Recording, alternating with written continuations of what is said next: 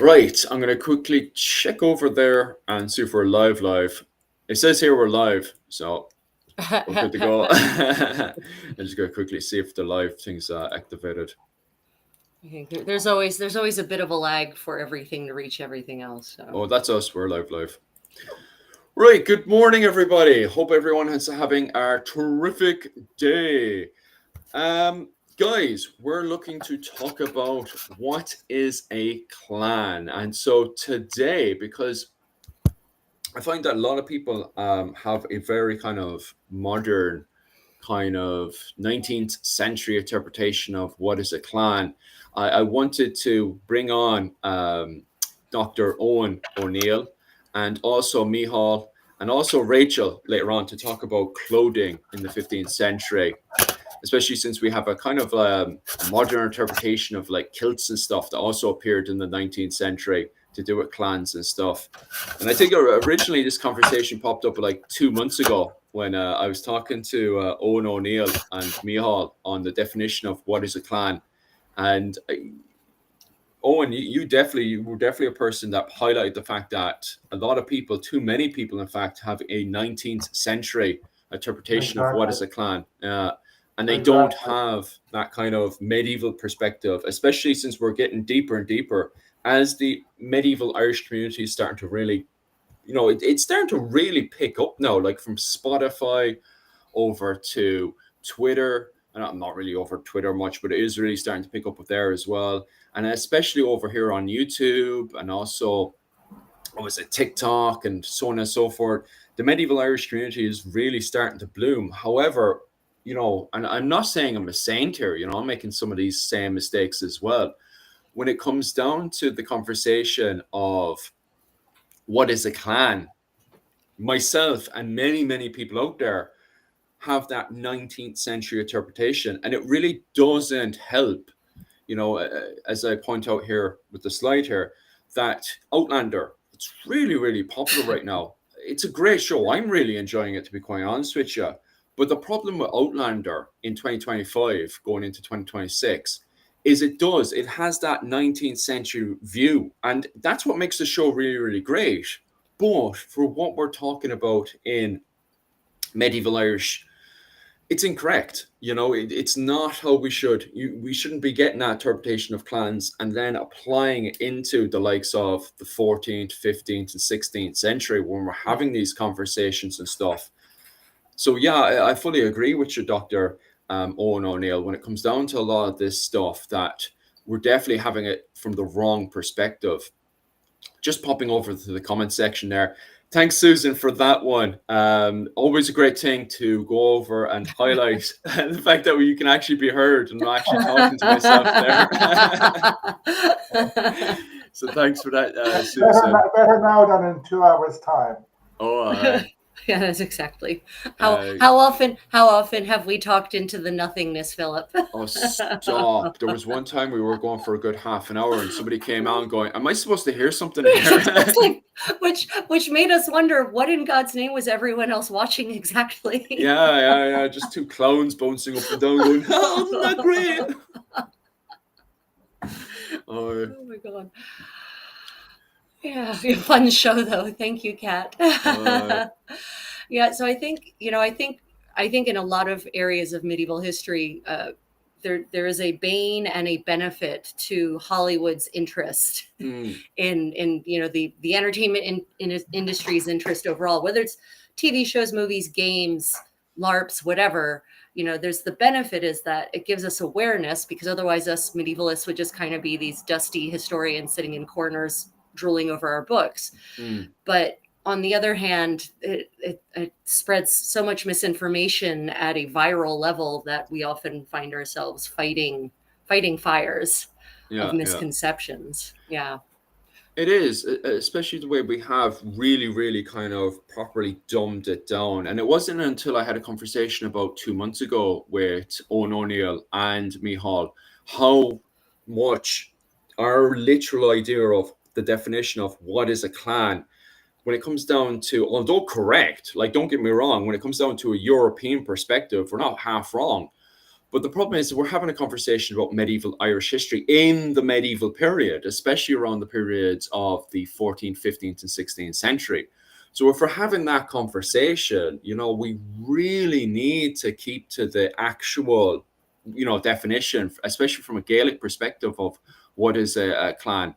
And I think I'm going to literally put Michal on the was a cutting block here, and he was definitely somebody who was like, no, it's actually massive differences, because right now, and I'm turning around and saying, right, Michal's definition isn't my perspective per se, because there is historians out there, especially right now, would definitely say that the Fitzgeralds, for example, they're a clan, they're a Gaelic clan and stuff, and they stick strongly to that. However, I've got to put you there and cut your head off there, Michal. You don't mind that, do you? Because your definition of a clan is much different to the European perspective, isn't it, though? Oh, Michal, it's gone. Talking into the void. Oh, can you hear me now? There we go. Yeah, gotcha. Okay. So first off, obviously the channel, Clans and Dynasties. So I use that as the modern perspective of it, or the understanding of it, because that is the way culture sort of and people from outside would sort of understand it now. And I use it in that. I sort of my interpretation of the word clan is that it very much the same way as coat of arms, which I know we'll get onto in a bit. In that it's maybe not politically correct, or not politically correct, sorry, academically correct to use it, and there's maybe better words, but that we do live, words change over time, meanings change over time. So whenever the original clan word existed, it comes from planta, which is the Latin word for offshoot or branch. And it obviously was not used in the early Middle Ages, but it did start to become used in the later on in the later medieval period. So you start to see it, but obviously Ireland at the time, which again we'll come on to, had I think up to like 12 different variations or meanings for what we can interpret as clan today, which is progeny or descendant. If you use any of those basic words, offshoot, descendant, grandson, all these sort of, there's up to 12, I think, appear in the annals, different. So I think clan's a very good modern term, but I think with anything that you're using in a modern context to refer back to the medieval period, you need to kind of, like a toddler walking for the first time, you need to guide how people are using it, and make sure they're not using it incorrectly or to further any malicious or ignorant information. So I think I do have more. So I to go back to your original point, I have multiple interpretations of the word, and I will use them interchangeably depending on the situation where it arises. So. Yeah, I mean, I think you bring up a good point. And also as a linguist, I love that you went back to the original meaning of the word from the Latin origins. But I think it is important that we use words that modern people understand, because obviously if we switch into early modern English or late Middle English or Middle Irish, people are not going to understand what we're talking about. But I think you really you underscore the importance of then kind of explicating what that word actually connotates in the context of the era. So yeah, because a lot of, God knows, Americans have some wild ideas about what a clan is, thanks to Hollywood. I'm starting from Stone Age, with the clan of the cave bear, all the way, up to Outlander. Then there's going to be misconceptions. But yeah, if you just stopped using the word clan and started using a word that was common in the 12th century, no one's going to know what you're saying. So, and also it may not mean the same thing that person in the modern era is trying to convey when they're having the discussion. So it works, both ways, I feel. So Someone has mentioned the film The Fighting Prince of Donegal, and he said it's about Reg Hugh O'Donnell. That is a good example of how history changes and reborn. There is, like in the 16th century, there was no one called Reg Hugh O'Donnell. Mm. There was one person with two different names, Eoin O'Neill, who the English would refer to as O'Donnell or Hugh Roe O'Donnell. Reg Hugh O'Donnell, similar to Gráinne Whale, is a 19th century creation. Mm. So much of Irish history, medieval and early modern, is created in the 19th century, late 18th, 19th century. So much of actually European history. Yeah. You have the Romanticism movement, you have Heraldry, and then for Clan you have Scott. So the Romanticism and then nationalism was very important for Irish history. It led to a boom in translations of zillions of works, which are very good, except it's left us with many problems, one of which is the word clan.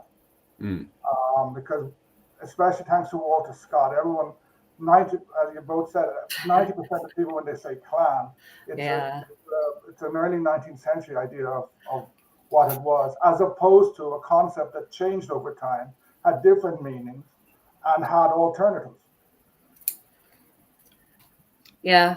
So Sir Walter Scott and Robbie Burns have a lot to answer for in certain ways. They do. Yeah, I mean, I suppose it's the same way where we would look at modern media today, and how it can misconstrue the actual original message. But again, this comes down to a topic of me and Philip and I have crossed many times, in that it's a very complicated subject. So I actually, my dad called me the other day, he called me a nerd, and he says that your channel is geared towards other nerds, and he means that people that have the same level of interest at the same depth as I do, but that's a very niche area, where it doesn't encompass a lot of people who may have passing interests. And how do you straddle that sphere of conveying the information as accurately as possible in a way that will encompass as many people as possible? And I think modern media does a great thing with this,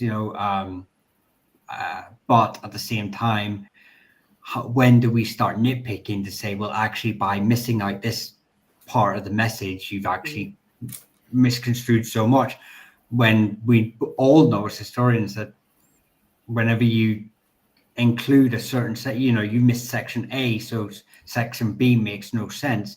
But actually, we know that there's other A.1, A.2, A.3, A.4 that all other historians could argue, could say are just as important to the overall message. So I think what I'm trying to say is that, yes, Walter Scott was problematic, and his interpretations, but if you take it from the same way that Hollywood exists today, that was he just as important in getting a wider sort of interest and message out there, because by doing so, he fed future generations who became interested and then realized that he was wrong. But Well, I think, Go ahead. I think you hit the nail on the head, and I think the sticking point is when people don't actually go the next level of, well, is this right? Like, oh wow, Scottish chieftains, amazing, but how much of this is real history? Let me go actually read further. A lot of people, like with AI search results, a lot of people don't go past that point, and I think that's the sticking point. Yeah, I agree. Walter Scott, he really he brought awareness on a literally global level and a lasting level of awareness, because we're still talking about him 200 years later. So I definitely don't contend that. I think what maybe our work as historian tubers, I don't know what to call us, is to evangelize the idea of, yes, accept and appreciate this work of historical fiction, but let's look beyond it and see what's underneath of it and get people buy-in for people to do that. Yeah, that's what I want to say. I was going to say two things. One is similar to that, in that history is complex, it's messy. But people tend to want more and more a sort of a black and white picture where everyone can be, the Old English are here, the Gaelic Irish are here, the New English are here, they're all separated, whereas in reality, it was much more complex. Families married, O'Neills married Fitzgeralds and vice versa. So Shane O'Neill, for example, his grandmother was the sister, I think his grandmother and great-grandmother were sisters of the Earls of Kildare. And then another thing that really annoys me is people, they want to see Gaelic Ireland as somehow non-modern. Whereas Gaelic Ireland was part of Europe. It was poor, it was underdeveloped, but it was modern. It was as modern as anywhere else. It was trading with Spain, it was trading with France, with England. Ideas were coming, ideas were going. So I think there is an attachment these days. It's the same thing as led to the creation of Romanticism. People are somehow, they want to be associated with something non-modern. Which, okay, but when you start creating a false picture, that's where I get a bit annoyed.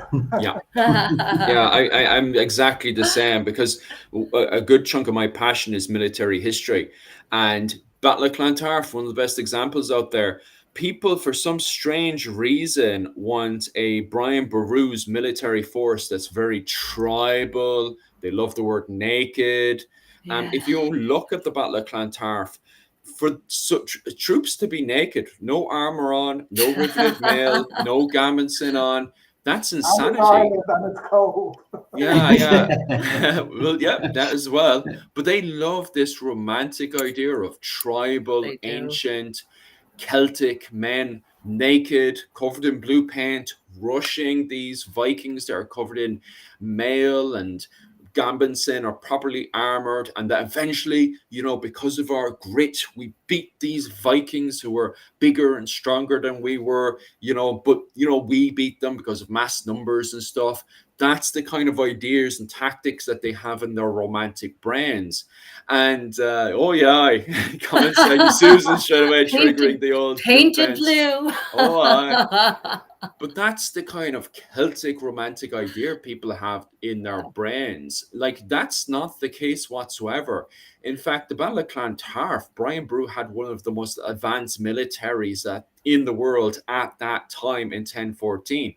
As Dr. Clare Downham is pointing out, and quickly gathering more and more research too, is in fact, Ireland at the time was at the peak of an economic golden age. Brian Boru's military force would have been one of the greatest military forces in Western Europe.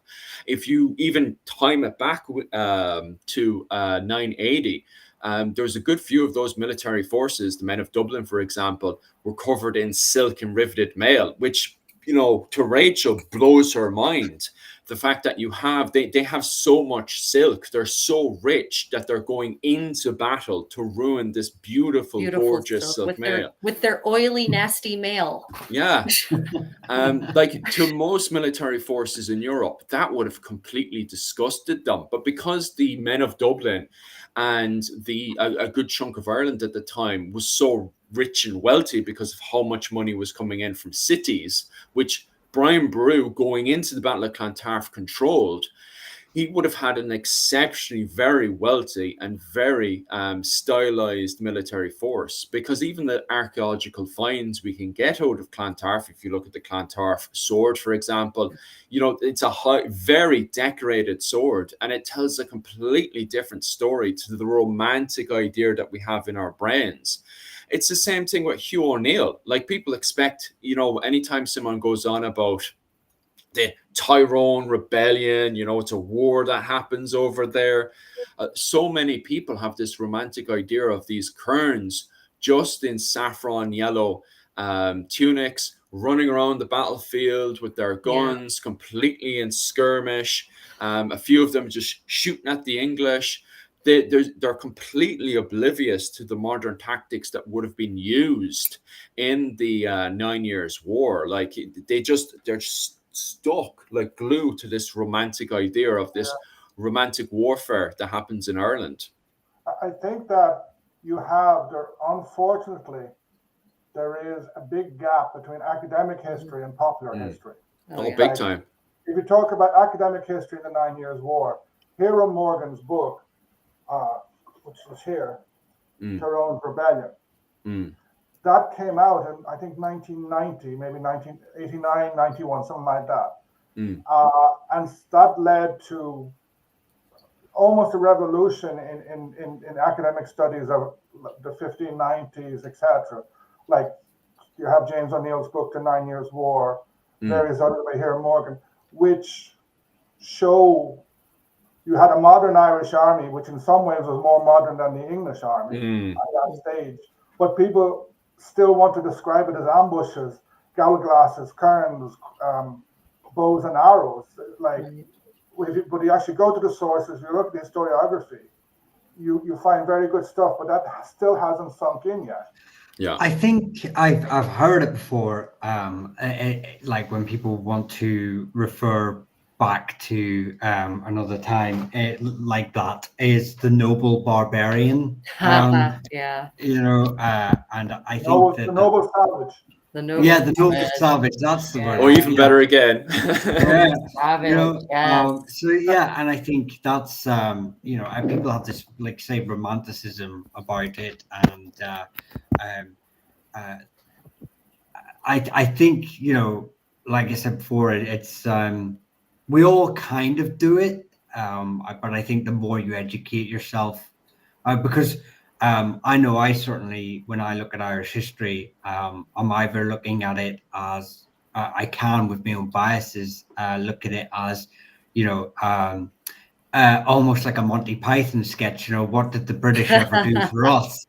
And then, or you know, the People's Judeans Front, or the Judeans People's Front. You know, and I'm sort of looking at it through these eyes sometimes, and I want to sort of, and obviously there's a lot of gaps in our records and the annals, and you sort of try to knit them together. And sometimes I probably do end up in a wee bit of a world of fantasy, to try and get the A to B. And there's not, like, I want people to, like, as for me especially, there's nothing wrong with that. It's just having that understanding and that sort of clarity to know your own biases, and to also to know to look that little bit further than, as you've said there, AI, or you know, just a random blog you find online. Right. It's Okay, funny that the myth of the noble savage also goes back to romanticism, etc. You find a bit of it in Montaigne, because he has one essay where he talks about some Native Americans from Brazil who are brought back to France, but it's really born with Rousseau. So, like, the English in the 16th century had none of that. Yeah. They saw Gaelic Irish, they tended to want to kill them if they're, you know, or educate them. They didn't want to know about the Gaelic Irish being Gaelic Irish. They weren't noble savages. They were just savages. Okay, just putting in there, sorry about this. Eoin, can you just go over to the top right there and click on that and just turn on your channel there? Because I don't think that's being clicked on. If you could just pop over there. Channels. Yeah, just up on the top right, it should say edit channels, and you can turn on your channel there, because I think your one's turned off because it's not connected onto your channel live. Just click it on there. I'll just pop over to the comments there. Yeah, great name. That would be an absolutely amazing name for a rock band, to be honest with you. The Noble Savage. It's class, actually. You can just imagine. Yeah. Straight away. You can just imagine a heavy metal band, all right. Like. And their whole gig is being naked in blue paint. That's their.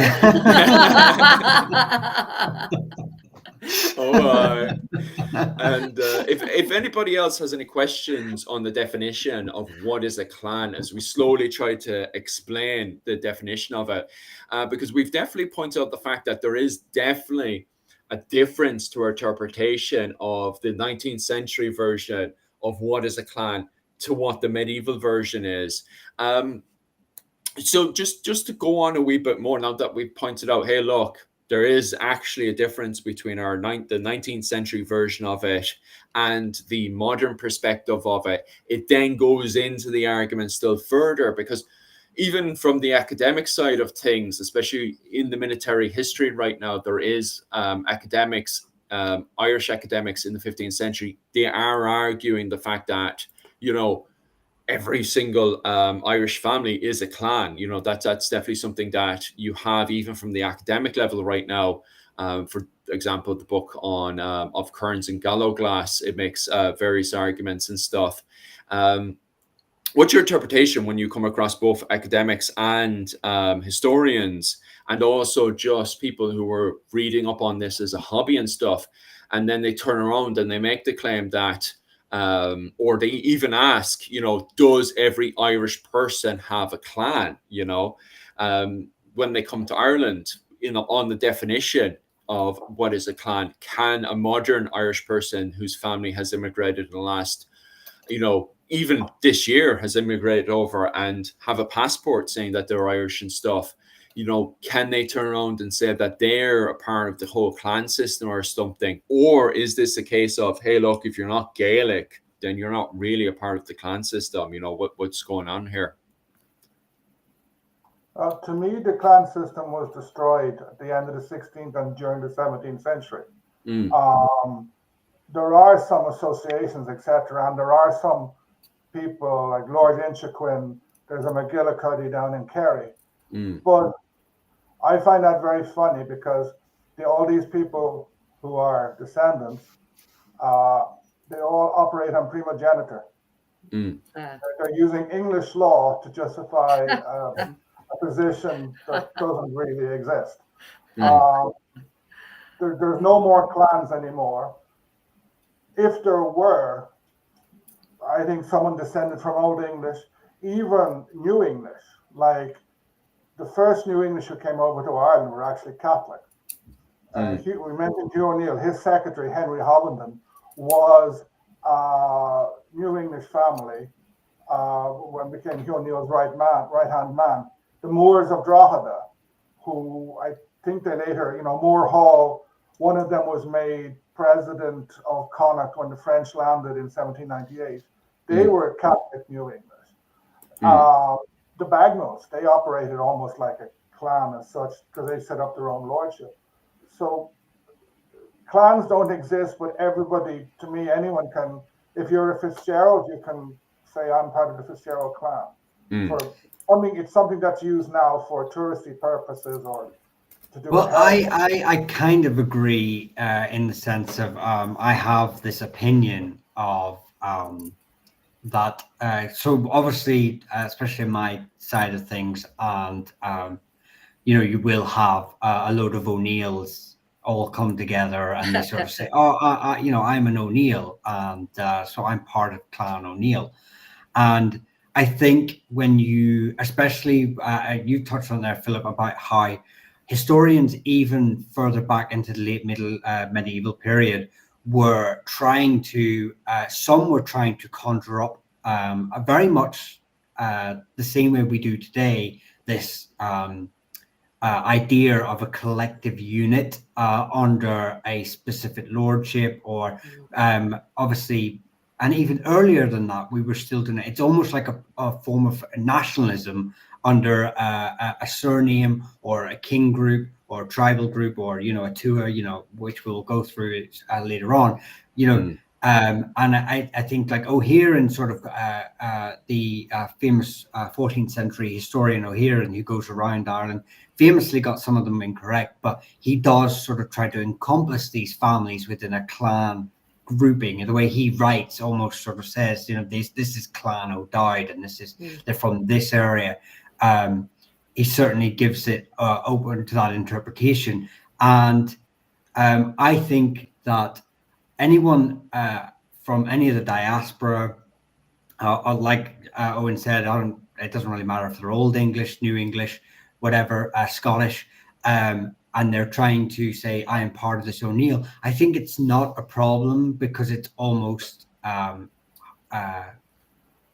what is a clan? It's a kindred. It's a family. It's a tribe. It's a it's all these sort of things. So there's nothing wrong with that. There's nothing wrong with trying to say, and trying to get behind something that, like a coat of arms, which we know obviously, which we again will cover, mostly modern interpretations.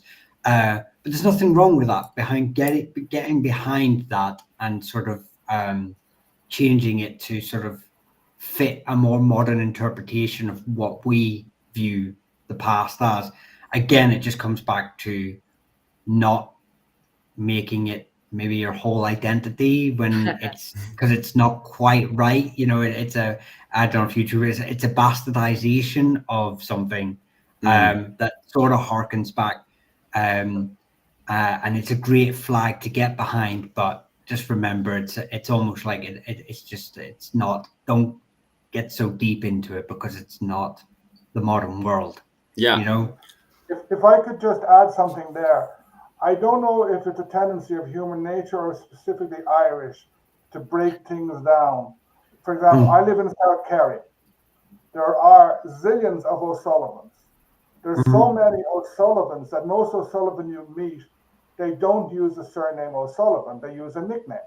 And a couple of years ago, when Joni O'Sullivan, he's from Carsavine, he's a journalist on CNN, he actually did investigation on this, and he counted 100, I think it's almost 100 O'Sullivan nicknames in South Kerry. There's people down the road from me who are O'Sullivan Jacks, and everyone calls them Jacks. Nobody knows why. There was someone called Jack probably 100 years ago. I learned there that someone I know whose surname is Bat is actually O'Sullivan. They're O'Sullivan Bat. So you have these names, and with McCarthy's it's probably the same. And I'm sure up in Tyrone, if I go to Dungannon, I'll probably meet 20 different O'Neill families, and I'm sure they have nicknames. Well, I mean, look at the way the Kenlowen broke down, and we have the O'Cahans and the O'Neills and the Loughlin's and all that sort of thing. I think it's very, like you say, it's almost human nature. I will just touch on that quickly, O'Sullivan, just we side bit for any O'Sullivans in the group. The O'Sullivan clan webpage actually lists a load of them in Kerry. So if you want a wee bit more information, probably O'Sullivan's research. Yeah, so I would say go across, either check out who Eoin has said, or go on the O'Sullivan website, and it does list a lot of the we'll just say cadet branches. So we've got one good question. So the term tribe, was that ever used in the Middle Ages to refer to the family units of Ireland, or the clans as we're calling them, or or was that something that maybe was used post-medievally by, say, the great historians of the 19th century? Well, you're going to trigger me now. Because the problem I have is that, they're straight away in Ireland, especially between the period of 550, when, God, who is the heroic at that point? It's his name is bloody popped out of my head now for a second, but around 550 up to around the 12th century, what you have is the Tuat system, where you have around 10 to 30 ring forts brought together, and that then goes, if you go past that, then up to around, oh God, Eoin will probably correct me on this one, around 120, then you're dealing with a Tuat, where you've got multiple of those Tuat groups brought together. And then they come into a confederation. That's what you're kind of dealing with for a good bulk of the early medieval period. However, when you say Tuat, which is directly translated into tribe, what people think of straight away is Bronze Age tribes from the Bronze Age period. And that's where I kind of have a problem with people chucking out the word nilly-liddy of tribe. So don't get me wrong. There is a tribe system there. But myself personally, I do prefer the word king group, that this is a kind of a clan that's brought together, but it's also made up of people who are connected from marriage alliances, fosterage, adoption, you know, that's Political kind of grafting. yeah. You know, That's that there are more kind of a confederation of families rather than a Bronze Age tribe. And that's sort of when people are saying tribe or chucking out the word tribe and stuff, although technically it is a tribe in a way, it's not a Bronze Age tribe. So I just need to note that before we carry on, because, you know, I do believe that the prefix dal, like the dal cash, is most, its closest anglicization is tribe or share. So, you know, I guess that you could say to that point of that question, was the term ever used? Not the actual English word or the Anglo word tribe, but there was a word that we sort of, the closest one is dal, but again, not in, like you said, they're not in the, it's not the context that you're probably envisaging of what a tribe is.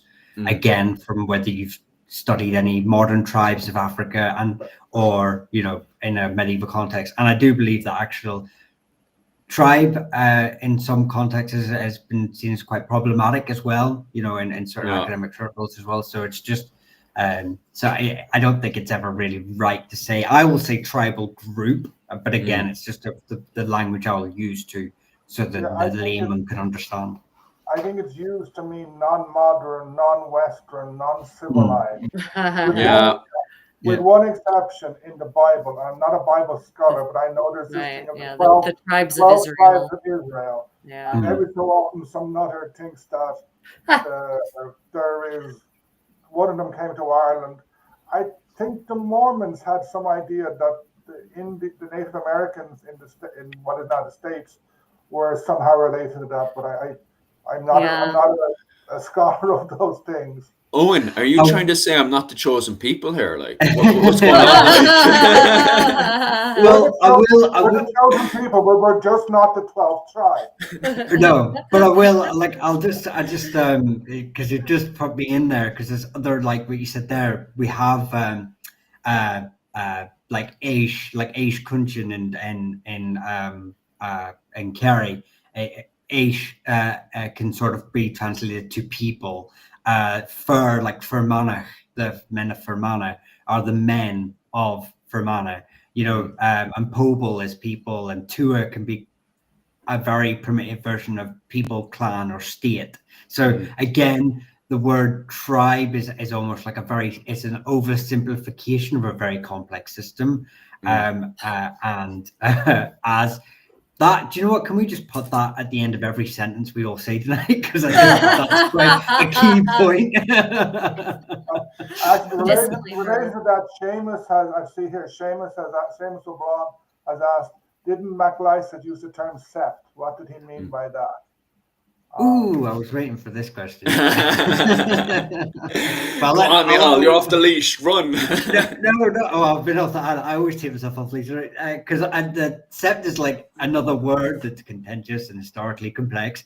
You know, but it's not actually a native word to Ireland. It's an Anglo-Irish. Anglo-Irish documents from the 16th century sort of start to mention it, and it becomes common with MacLysaght in the 19th century. And it usually was used by the English to sort of as a subdivision of a larger clan in their interpretation. So often a branch of a family, like of its own like local base. Again,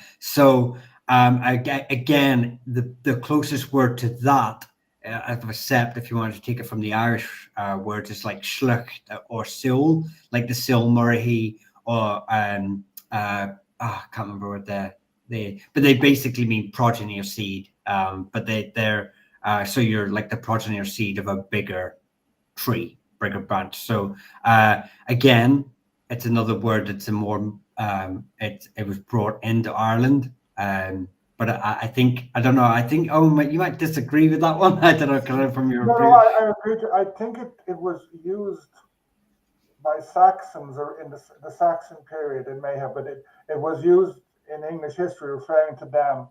And then I think Irish historians at the end of the 19th century, possibly 20th century, picked up on the word because they were unhappy with clan. I used to use it, but I'm moving away from it because it has its own problems. It's a better word in some sense in that it doesn't have the baggage that clan has. Sort of, it doesn't have this. It's a very non-emotional word. It sounds kind of technical, almost Latin. So they were using it there for a while, and it it doesn't have that baggage. It doesn't mean clan to me would normally mean non-modern again, but sept can mean anything in that sense. It's a small group. Yeah. Like again, like Sol Murray, from who the McDermotts come from, and the Slugate Sleen, they are the Irish for more, I would say, more accurate terms. But again, which we'll come on to, there are so many of those. Yeah, We there's had. one- No, So we where just I had live- so where I many live in words, Valencia- so many things. Where I live in Valencia, one of the McCarthy groups that had my land was Slug Donald Rick. And there's about 20 McCarthy groups. Some are Slucht, some are Clan, some are other words. So it's, and we answering the question, another question there, how was it used? That's a very good question, and it's still being discussed. God. Yeah, we don't actually have. That's another thing that really, when you say what is a clan, is that actually this is one of the topics that's really it's really being re-looked at again, because we've used from the 19th century. We kind of, and like Eoin says, they knew it was problematic, but it was sort of just like, right, let's kind of like bookshelf this for now, get on with all this stuff, because you've got to remember we've got the 19th century, obviously this Gaelic revival, new interpretations, and they're sort of just, there's not a lot of people getting involved in it. That history is still quite segregated in social class and who can actually partake in it and has the funding and the ability to take part of it. So there's still a lot of information being sort of just glossed over to get to maybe the nugget. Everyone's trying to find the golden white city of the Mayans. So again, this word is really only being looked at again quite recently, and not just this word, but the idea of these sort of branches and how we understand it and how it fits in our new modern interpretation of medieval history. So, big time. So because everything said here could change in about 5 years' time. Yeah. Because from the perspective, when somebody says, just getting back into the topic at hand, does every Irish person have a clan? Like, even if you're freshly immigrated from Europe into, let's say you come from Poland into Ireland and stuff, technically speaking, from a European 19th century perspective or whatever, even if you're a Polish, coming over with your Polish family and stuff, technically speaking, you are you're part of a family. This is your family. You are a clan per se. So technically speaking, if you've got an Irish passport, you're part of, a clan, depending on the interpretation and stuff. But what I want to elaborate on now is definitely like pushing up a wee bit.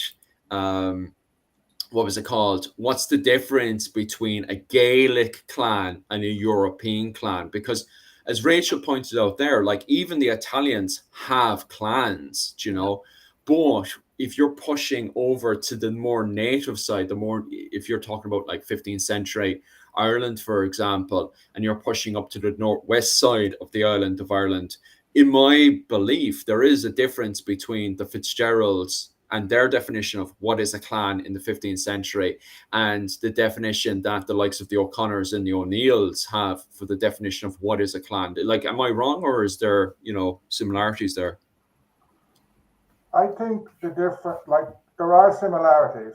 For example, in the Battle of the Yellow Ford, there was a captain there, Captain Percy.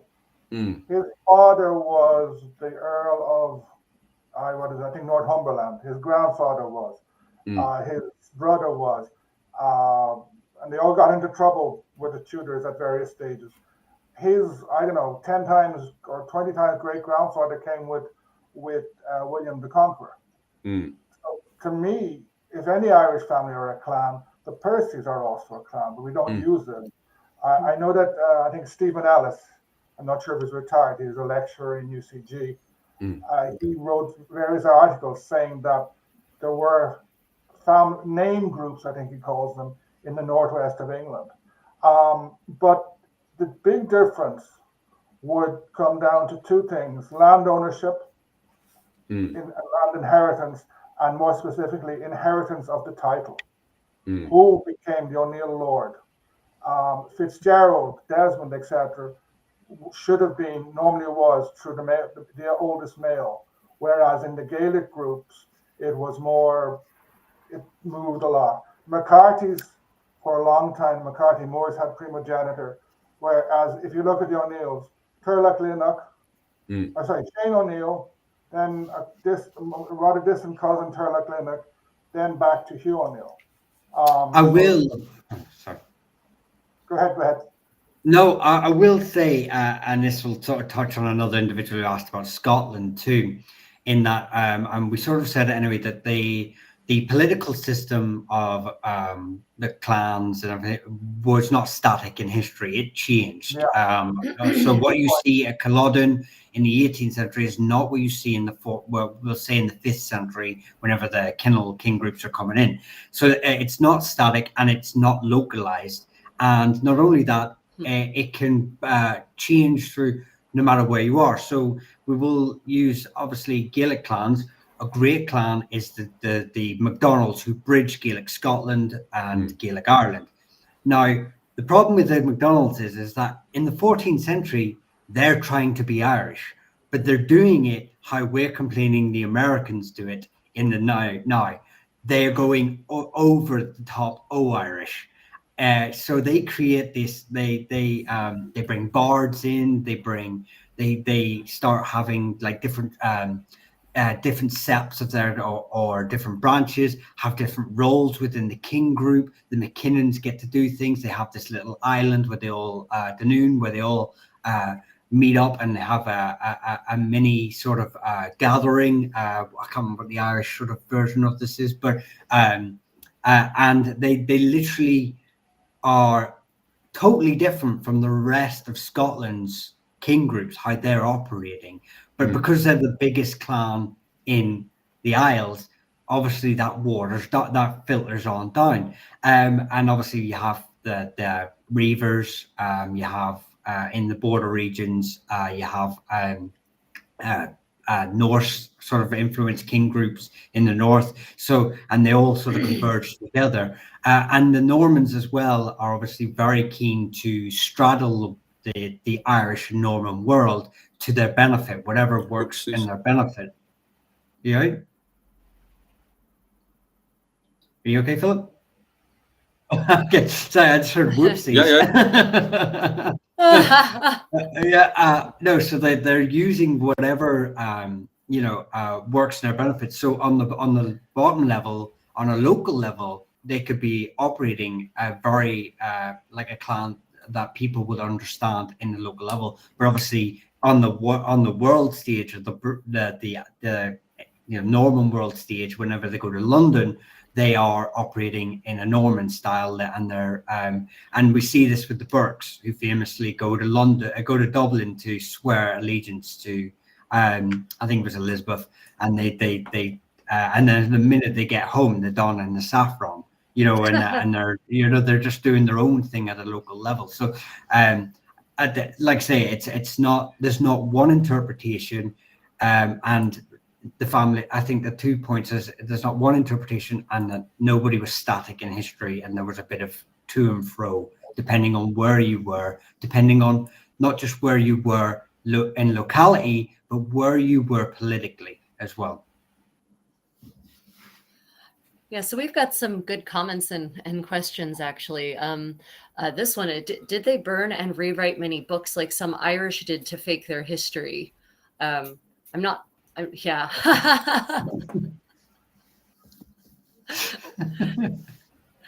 I would just say very famously, many, and Owen will definitely, I'm sure, touch on the McCarthys. and they're rewriting it. And the Brian Brew, who's been mentioned already, their family very famously changed their genealogy. Whether they burnt books, I would say yes, because they were read in churches at the time, and churches were not just places of religious teachings; they were also political tools used by families to gain advantages. And the McCarthys, again, very famously founded within a ecclesiastical family. So yeah. I'm not sure about burning books deliberately, changing documents, losing documents, but everybody all over Europe was doing it. Yeah.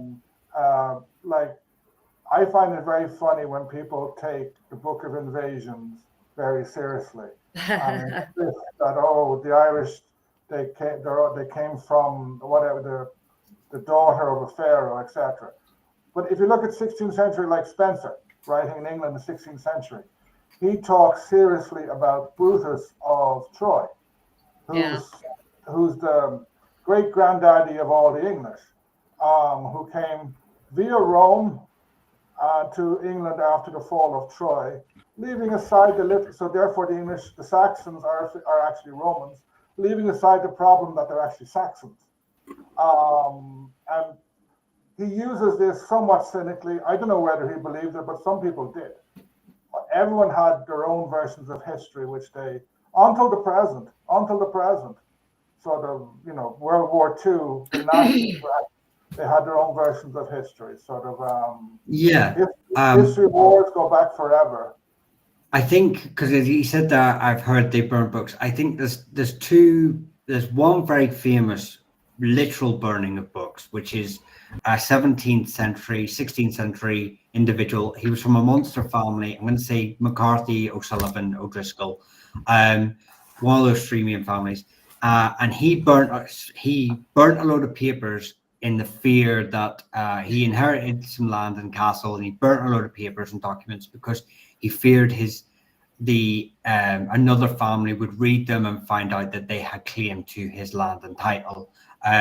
So there's that, and I know it was used as a political tool in the 16th and 17th century in Scotland to burn the other family's records and then claim that, actually we should have owned that land. We've got the records, you haven't got any record. So burning their evidence in any potential court case later on. So that there is definitely evidence of it existing on these islands. But I guess it's not seen as a wider, not a tool used by everyone. So there seems to be some really strong feelings about whose ancestor Brutus of Troy was in the chat. I'm fairly sure Spencer says English. I know that Geoffrey of Monmouth, I think, in the 12th century writes that Brutus came and became, the king of the Britons, as it were. Yeah. So the Tudors may also trace their ancestry to Brutus, but several historians claim that, sort of the founders of the, the kings of England going back to ancient times. Spencer also throws in King Arthur. He says that King Arthur came to Ireland and conquered it. He was basically trying to get rid of the problem of the Pope donating Ireland to England. So he said, no, King Arthur came to Ireland and conquered it. So that's one of the justifications for English having lordship over Ireland. Right.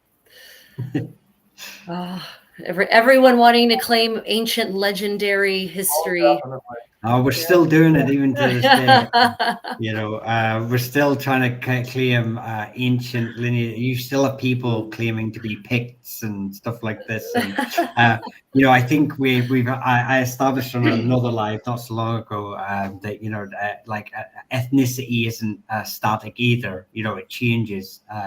You can't say I'm ethnically something from 2,000 years ago. It's a ridiculous thing.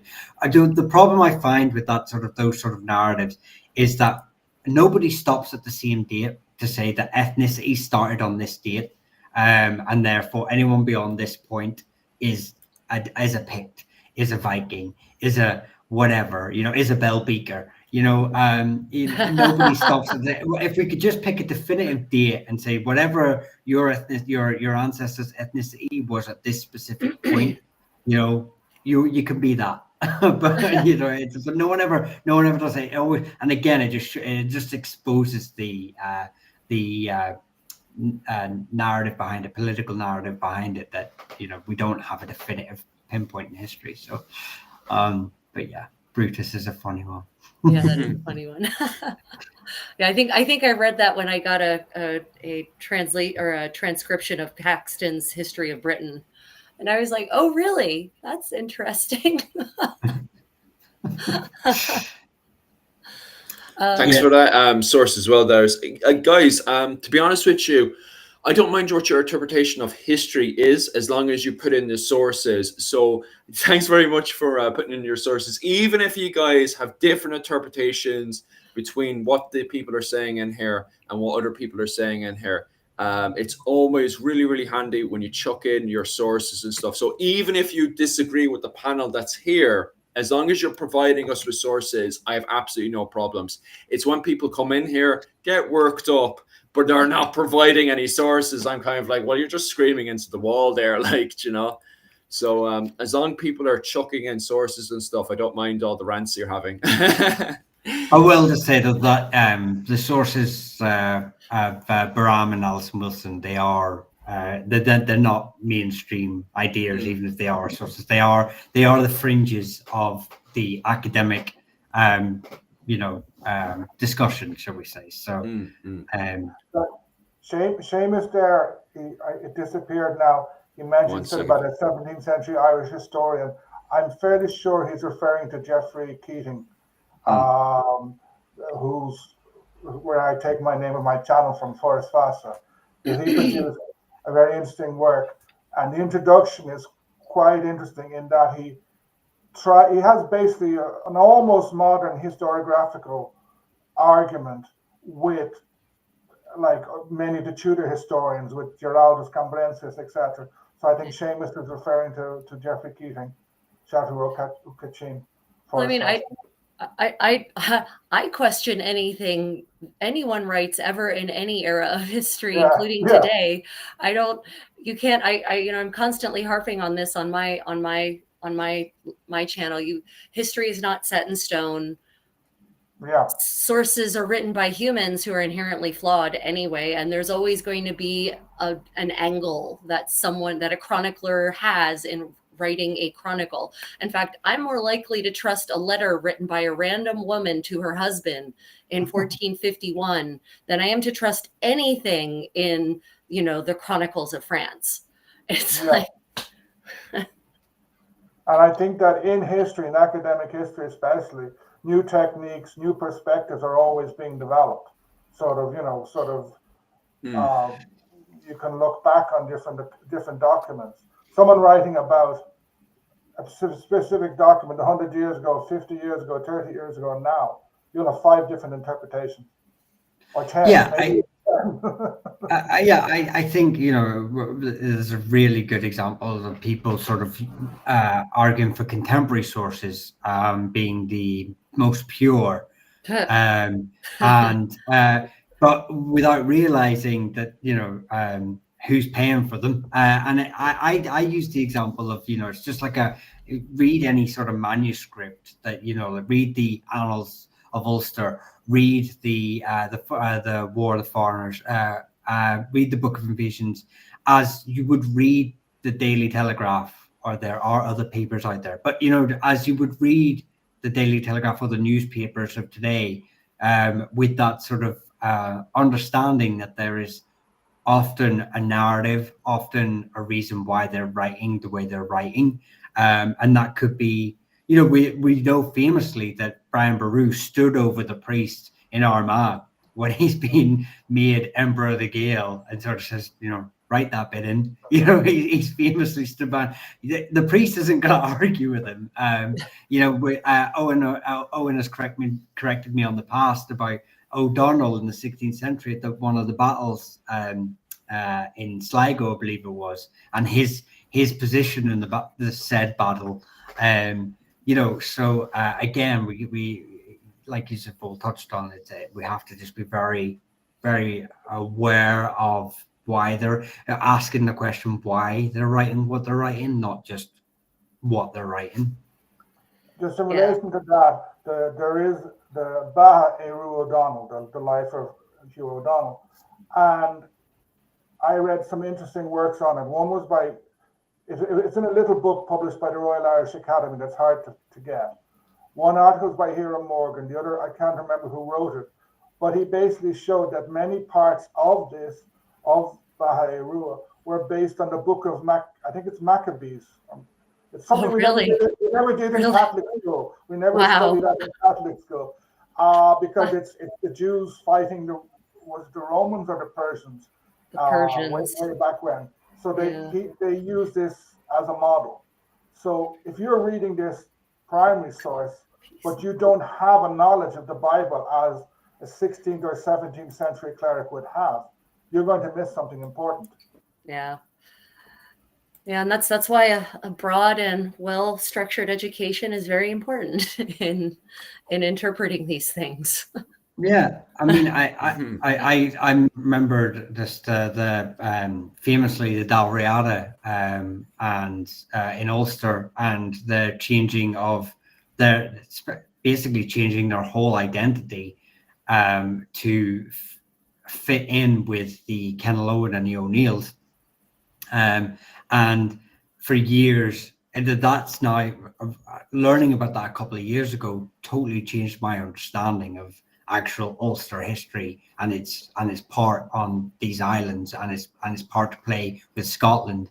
It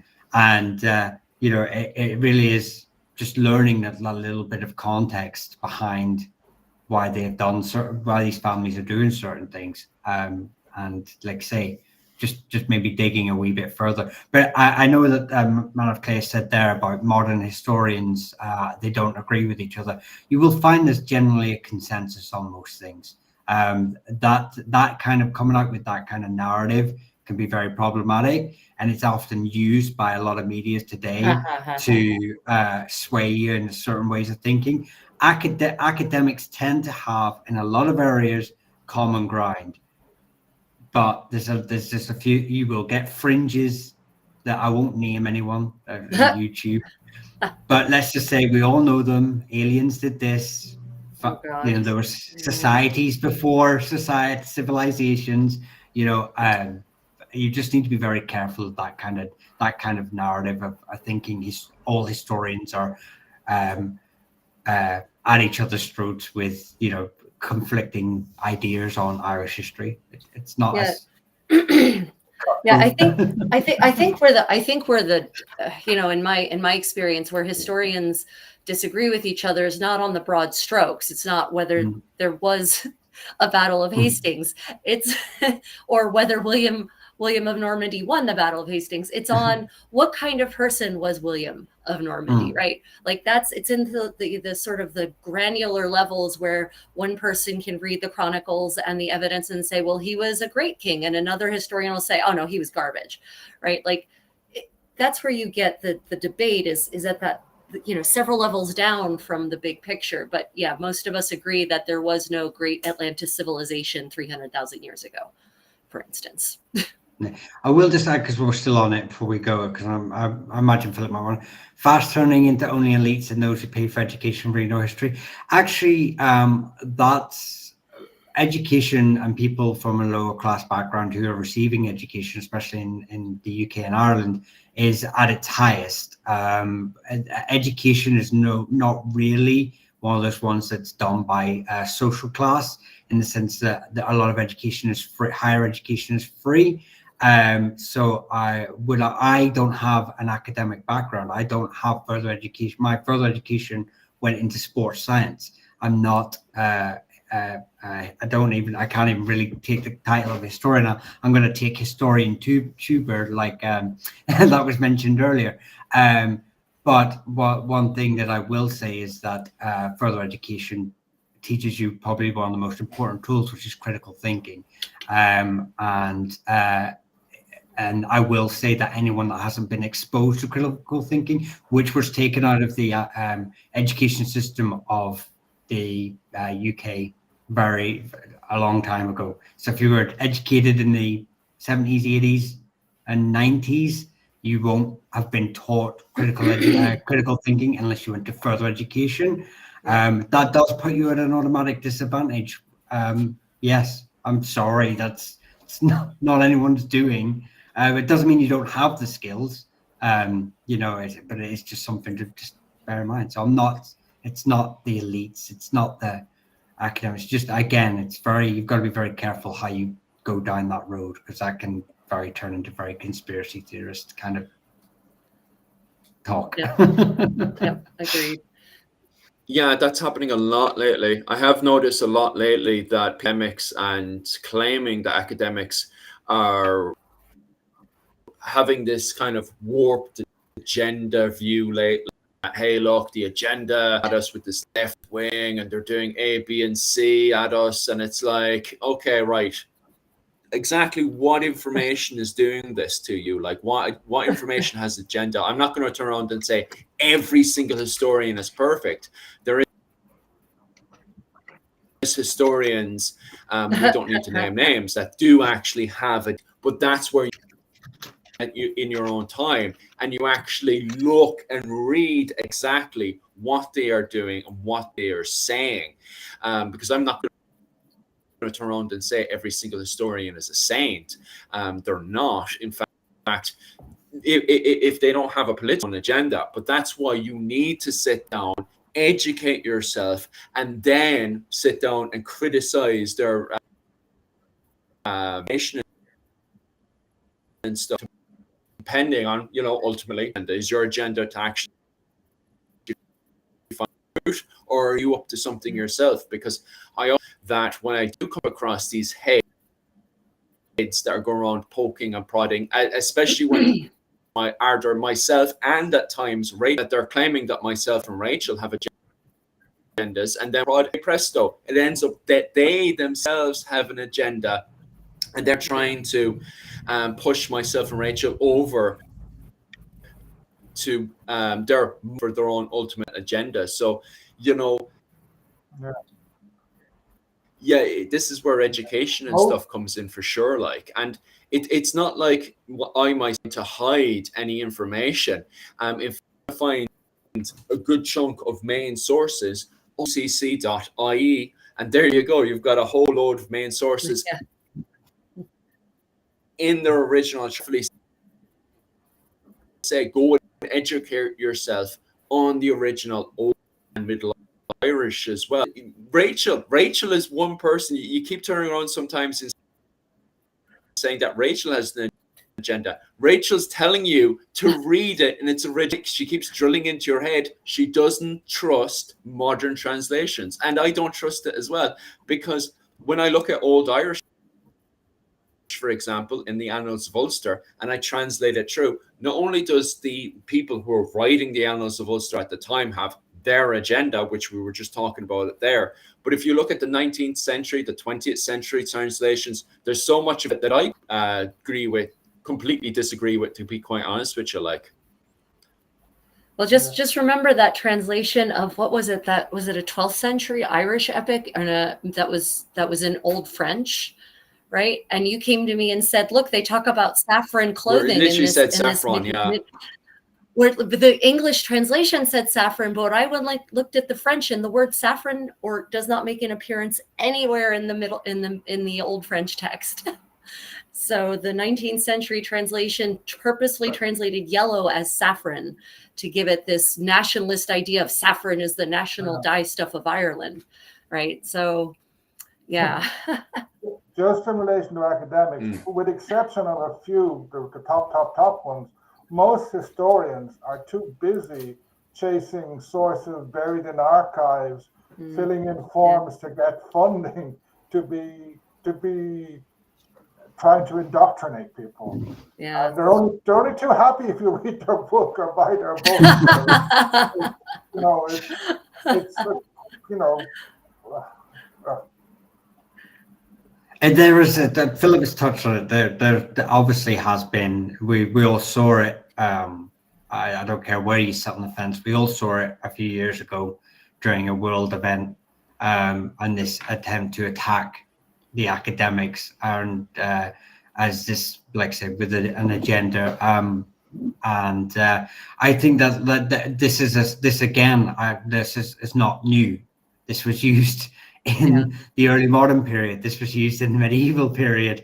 You know, this is a tactic as old as time. So to bring it back into the history context, it's not a new.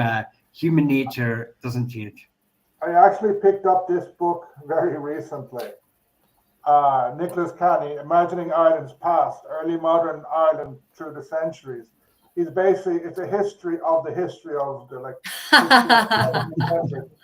I've only read about 15 pages, but it looks very interesting, and it's good research. Yeah, I think it's important. Your 99% of the population has no idea how history is written, let alone what is taught in school is history, how we come to that knowledge. People imagine that since humans started writing, there's just this chronicle that's just been constantly written, and then that just gets published into a textbook, and then it's taught in school. But like, that is absolutely not how history is interpreted, written, translated, digested, any of that. Yeah. So I think that the history of history is interesting myself. Could I just say something about what Dan Breen said now about the old Gaelic order being semi-nomadic? Because that was something the Elizabethans said all the time. But there's a difference between bullying cattle or moving your sheep, your cat, your animals around the place and being semi-nomadic. The Elizabethans loved to say that. Semi-nomadic, it meant savage. But at the same time, they would go into an area and say, wow, there was so much corn, which means wheat. There was so much corn that we burned. So these semi-nomadic people were busy planting corn or wheat at the same time. They did practice bullying. They moved their herds because they had large herds of cattle. But that's not semi-nomadic. And if you're a sheep farmer now, in mountain parts of Ireland, they do the same thing. Yeah, I was going to say everyone across Europe, the world. That's the practice everywhere. It was also used to justify the plantations of Ulster as well, and the fact that these people would move around, so there was so much land that them moving in, it was basically, Ulster was basically barren. There was just a few roaming farmers with their herds. Again, it comes back to that, doesn't it? That it's the other end of that noble savage. It's the one where you really don't like them. Great point, similar to Gerald of Wales propaganda piece. Which is why every time Philip comes at me with imagery from Gerald of Wales, I have to remind him that the artist was not Irish and that the artist probably never saw Irish people, actually. Definitely made up a few myths in there as well, because I do believe he spent most of his time in Ireland, probably in Dublin. So it's the Dubs' fault, is that right? That's right. So I guess now that we've been on for over an hour, it might be useful to just recap. So we're talking about the word clan, and we've had a whole lot of people join since we started. Gentlemen, when we're talking about clan in a general definition, how would you characterize clan? Not at a specific granular level, but just as a general definition, what are we talking about when we're talking about Irish clans? Lineage-based kinship and political unit. Yeah, great. That's great. That's really useful because we all need to be, if we're using the word, we need to kind of use it in vaguely the same way. So I think that's really useful. Yeah, I agree with Michael. It's the same general thing, a kin group. So it's really funny because everywhere. So I live in Korea right now, or at least I'm based in Korea, and Korea historically has clans. to this, and in some ways they kind of still influence modern Korean politics, even because if you're from, the Andong Kim clan, then that's a different prestige than, say, the Jeonju Kim clan. So, is there a, do clans in medieval Ireland have that same kind of, this branch of the clan is more influential and more powerful than that branch of the clan? I think, like, one of the big misconceptions about clan is it's something united. I prefer to use the word lordship, especially when you're talking about big groups like the O'Neills.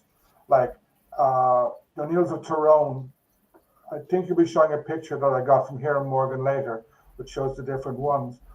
But they were split into many, many groups. One of the sources of dynamism of the Gaelic order, but also the sources of political problems, was the inheritance of the lordship. So, for example, Con Bacach, he's made first Earl of Tyrone, and his son, Matthew, is made the heir. Another of his sons, Shane, turns around and says no, and a civil war starts, which Shane wins. Then Shane gets killed. None of his children inherit. Turlough Linnoch, a cousin, a distant cousin, becomes the O'Neill of Dungannon, and then eventually Hugh O'Neill does. And Hugh O'Neill more or less wipes out most of Shane O'Neill's sons. So you have this big political infight. With the O'Donnells, you have the same thing. One of the reasons for the downfall of Tir Conwell in 1600 was that Neil Garrett went over to the English because he felt he'd been passed over. He should have become O'Donnell. So you have a huge amount of infighting within the Irish lordships and families. Yeah, I mean, again, it comes back to where do you want to draw the line on what is the clan, as it were.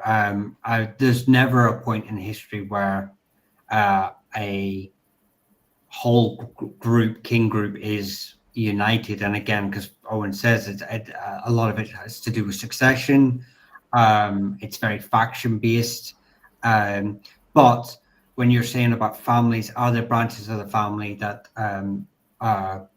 go off and maybe even surpass? I mean, if you want to say the Eoin O'Neill is a clan because of all its links to individuals, well, then you have the O'Sullivans and the McCarthys.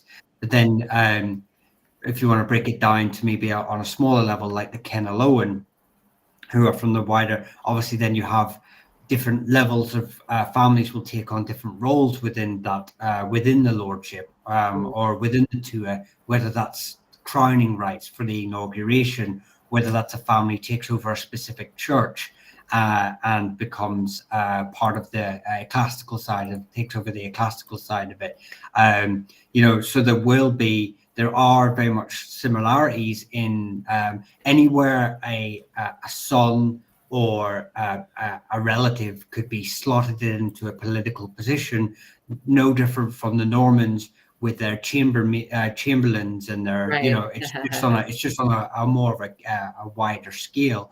They're always looking to put people into positions where allies and friends and family members, a lot of our serious case of nepotism, within the lordship. And if they can't get a family member into that role because maybe it's already dominated by another person, the O'Hagans or whatever, suddenly the genealogies will say, actually, we are related. The O'Hagans are descent from Niall and Nine Sausages.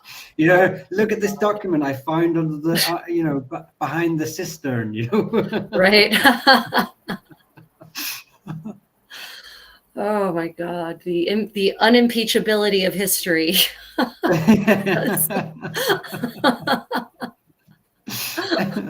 Yeah, and so and I mean, again, the rules changed as well. Actually, just Malachy just mentioned, I don't know what he's saying about them, but he mentioned the Eoin O'Neill and their succession is it's very famously they had a more wider encompassing succession where it was you had a lot of Oanach de Lochleen and the Oanach de Rathlins and Glenmaddoch.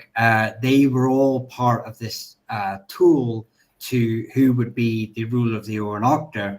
And then they had groupings that didn't fit within the inner circle. They had an inner circle and they had a wider circle. But again, that actually in the 7th century, one of the groups went, no, I don't want to follow these rules anymore. We're going to just have the kinship pass through our line. And then the Oanachta Cashel used that in that new ruling system to dominate the wider Oanachta group and just have it passed down through their line. So again, people are just being people.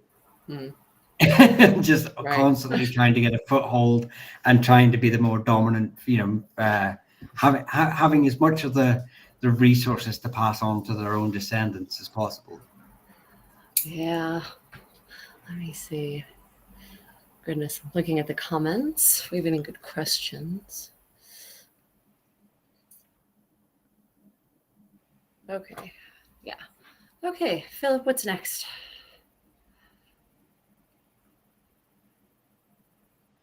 I don't know. I have a very slow internet on my side. How, can you guys hear me and stuff? Yeah. Oh, I've heard chunks of what you guys are saying in the comment section, and thank everybody in the comment section as well who have been giving decent comments and stuff. I pressed forward on my PowerPoint slide on my side, but it's very buggy right now. The next thing I wanted to talk about in the slides is what is an Irish coat of arms, and I know this is literally a massive topic on the definition of what is a clan coat of arms, especially around the 14th century, the 13th century, and even medieval period when we're talking about banners and stuff. This is something that changes a whole lot. Creative Contessa can definitely look at Europe and say, hey, look, like a coat of arms could be literally given to a single person alone. Never mind a singular coat of arms for a Pacific family that goes on for 2,000 years. And I would definitely say the same thing could be said in Ireland. So before we go absolutely apeshit crazy on the definition of what is a coat of arms in Ireland, let's kind of bring it in a wee bit. And first and foremost, like when it comes specifically talking of 410 all the way up to 1603, 13th century for the time being, just when we're trying to conclude and explain a lot of stuff that happened later on. Between 410 to 1603, from my understanding, we don't really know what, first off, what banner people are using to identify who, their king group is, who their, quote unquote clan is. It's very difficult to even find a banner to define most of these groups, from my understanding. And then on top of that as well, around the 13th century, especially when you're talking about the likes of O'Connor and stuff, it seems to be that they are also adopting at the same time the European version of a coat of arms, but it's not even going down to a single person. From our interpretation, it could be just given to an entire family, or of given to a single person is an arm at times. Elaborate on that, like what's our understanding of the medieval period between 410 to 1603? Well, I mean, so, heraldry is something that evolves, at least on mainland Europe. You don't really get what we've recognized as you call them, coats of arms, family armorials, until, you're really starting. There's a difference between a symbol that someone puts on a banner and says, okay, this is the symbol for this battle, and something that a family uses to identify themselves and their adherents and their followers. And that doesn't really seem to crop up in mainland Europe until the 12th century. So, obviously the Romans had their banners for each unit of their organization and in the army, but I'm not familiar even in Rome with heraldry as being a family affiliated thing rather than an organizational imagery to identify units on the field. So I've done a bit of work on this actually, and we would call that proto heraldry. Most people do that, so it's not heraldry as we would understand it today. But it's the seeds that lead on to heraldry. And then in England, you sort of start to see again this adoption, because we have a blank spot between the Roman era and the end of the Dark Ages. Let's just say William the Conqueror in 1066. When it comes to now, the first English heraldry, and I'll speak it from an English context because obviously they're the Normans who then come on to Ireland. The first sort of signs we start to see of any sort of adoption of any symbolism and is William or seal of St. George. St. George is often associated with the Middle East, and he's associated with, but he actually had a bit of a minor cult following with William the Conqueror in France in 1066. So, and we see his seal that he brings, his sigil that he brings across to stamp documents with, and this is adopted by other contemporaries of his lords, because England was basically divided amongst 12 individuals. They really were the powerhouse of England, the boy band that dominated. But heraldic schools start to form, like you say, in about the late 11th, 12th century in Spain and France.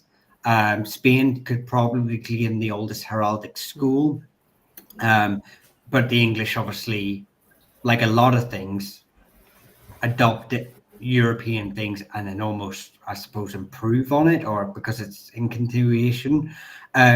They start bringing it across to Ireland. There's absolutely no record of Irish families adopting any coat of arms during the Norman conquest of Ireland and subsequently up until, I believe, the closest one we have is the Kavanagh family, who have a sigil, a 14th century, 15th century seal that is similar to their modern coat of arms. So you can see that's the first time we have any sort of record. A lot of families claim they got them during the surrender and regrant, and the Norreigh and Ulster Arms Foundation School, the school foundation, or the individual who would write down the family records and their coat of arms, is in 1551. A lot of families would claim theirs come from then. I've not read the original works, but I do know that a lot of families were given coats of arms and titles during the surrender and regrant, but they weren't officially recognized within the heraldic sort of circles. So they weren't often recorded either. So basically, to get to the main point, is that there's actual no connection between, say, the Battle of Moira and the flags supposedly flown at that battle, which I believe is one of them that's written down in a later source as a green, yellow rampant lion with a green background. And the modern coat of arms today, you could maybe claim Tudor period, early modern period for some of them, but most of them are 19th century. So fascinating. Anybody want to elaborate still further, or anybody in the comment section want to ask any questions when it comes down to Irish coat of arms? Because it is, even depending on, the biggest problem is that we have it, maybe Owen can correct me on this one, but the modern day coat of arms that we see, if you're a tourist and you even myself, and you made your way down to Blarney or Burnratty Castle, and you can see the keychains, and every single one of the keychains has your coat of arms. A lot of them was put together by Eamon de Valera, from my understanding, unless it was someone else who put it together, wasn't it? There was I think there still is a chief herald. Yeah. So I think the chief herald's office was kind of think they must have been bored or something in 1922, and they began to invent a pile of stuff. And then I think the government just ignored them until the early years of this century, when there was a bit of a scandal over a certain person claiming to be a McCarthy when he wasn't even. If you go on the internet, you can find stuff about that sort of scandal. But to me, it's kind of touristy. Yeah. McGlycett did some work on whether there should be a Sept coat of arms, and the Plunkets are a really good example of Septs. Yeah, the Plunkets. Now they very famously, their original coat of arms was a black background with a silver blazon through it, and they married into the Baron of Dursee's family. I can't remember but they had a white castle.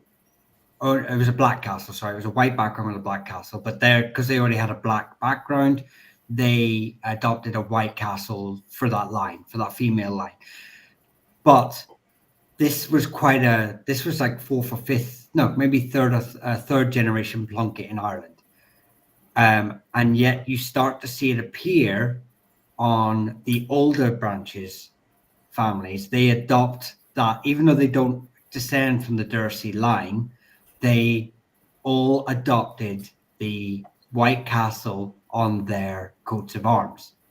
So McGlycett puts forward a case that actually there is an argument for Sept coat of arms, as well as using 19th century understandings of land ownership and clan sort of like how it was owned by the wider king group in the 19th century. Obviously, we're now learning it's maybe a little bit more, it is a lot more complicated than that. But that there is an argument for coats of arms. So I, again, much like my original point earlier on, where a person would say, I am an O'Neill, therefore I feel some affiliation to other O'Neills and the area that the O'Neills come from, I don't think there's anything wrong with getting behind a symbol that represents your family. But again, just take it with that. It doesn't harken back to some ancient man who cuts his hand off to win the lordship of Ireland, or Ulster. So, and again, I think the O'Neills adopted the red hand in the 14th century too, because for political dominance of Ulster. So against the De Burgh. So. Yeah, some interesting questions there. Just guys, can we just reel it in a wee bit in the comment section here? There's a lot of names in there I do respect in there, guys, but when it comes down to modern stuff and stuff that's just happened right now, I know people are very passionate about stuff that's happened right now, but at the same time, first and foremost, you'll get me in trouble with the algorithm, because as we were saying there, a lot of things have agenda. What was it called? We're all literally on a platform that is built on agendas. So if we want to keep the the train going and not kicked off the agenda platform, I think it's a good idea if we play by the rules and just keep to the topic at hand of what is a clan, because people are saying very passionate things in the comment section there. And I'd rather not be kicked off the platform, especially when we're just innocent here. We're just innocently talking about what is a clan. We're not doing anything mental. So if everybody could be just polite here and just keep to the topic at hand of what is a clan, that would be great. Also, on top of that, guys, thanks very much for everybody who is keeping to the topic at hand. Thank you for providing information there and sources and stuff. Even if we disagree with you and have our own interpretation or even agenda on itself, it does mean a lot to myself that you guys are providing, when you do make claims and stuff, providing information on top of that as well. Okay, so there's actually a really good question there, and maybe Dr. O'Neill can answer this one. So aren't most coats of arms just people picking random symbols and making them up? So how in not just medieval Ireland, but how is it that families eventually come at, well, this is going to be our coat of arms, and then how is that made official? I mean, I know the answer, but I want you to answer.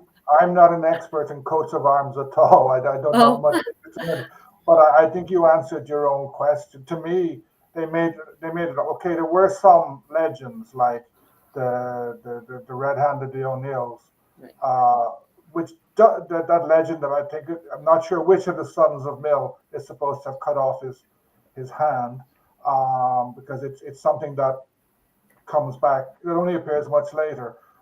I think there are some symbols that appear, but the rest of them, like I'm looking at the picture you've put up, O'Doherty, 3 shamrocks. I find that one. Yeah, that does make sense since the earliest. I do believe. Whoa, Jesus Christ, they're off the leash. Yeah, I do believe that the earliest O'Doherty coat of arms is a white background, gold cross, a black griffin, and another animal on it, and that's the oldest coat of arms. And even then, it's not like thousands of years old, but that is the oldest coat of arms. So that one doesn't make any sense. It sounds better than 3 shamrocks. Yeah, but what I mean is, you would think that coat of arms with the 3 shamrocks, one of them would be one of those symbols I just mentioned. If it was 3 gold crosses or 3 black griffins, maybe I'd have got it. But 3 shamrocks, there's no reference to it, and I wonder if it's now. I will say there's a lot of people that can tie in how. So the shamrock maybe has something to do with the Kenilowans, possible abduction of St. Patrick, and the O'Dohertys are a branch of the Kenilowan. So maybe there is some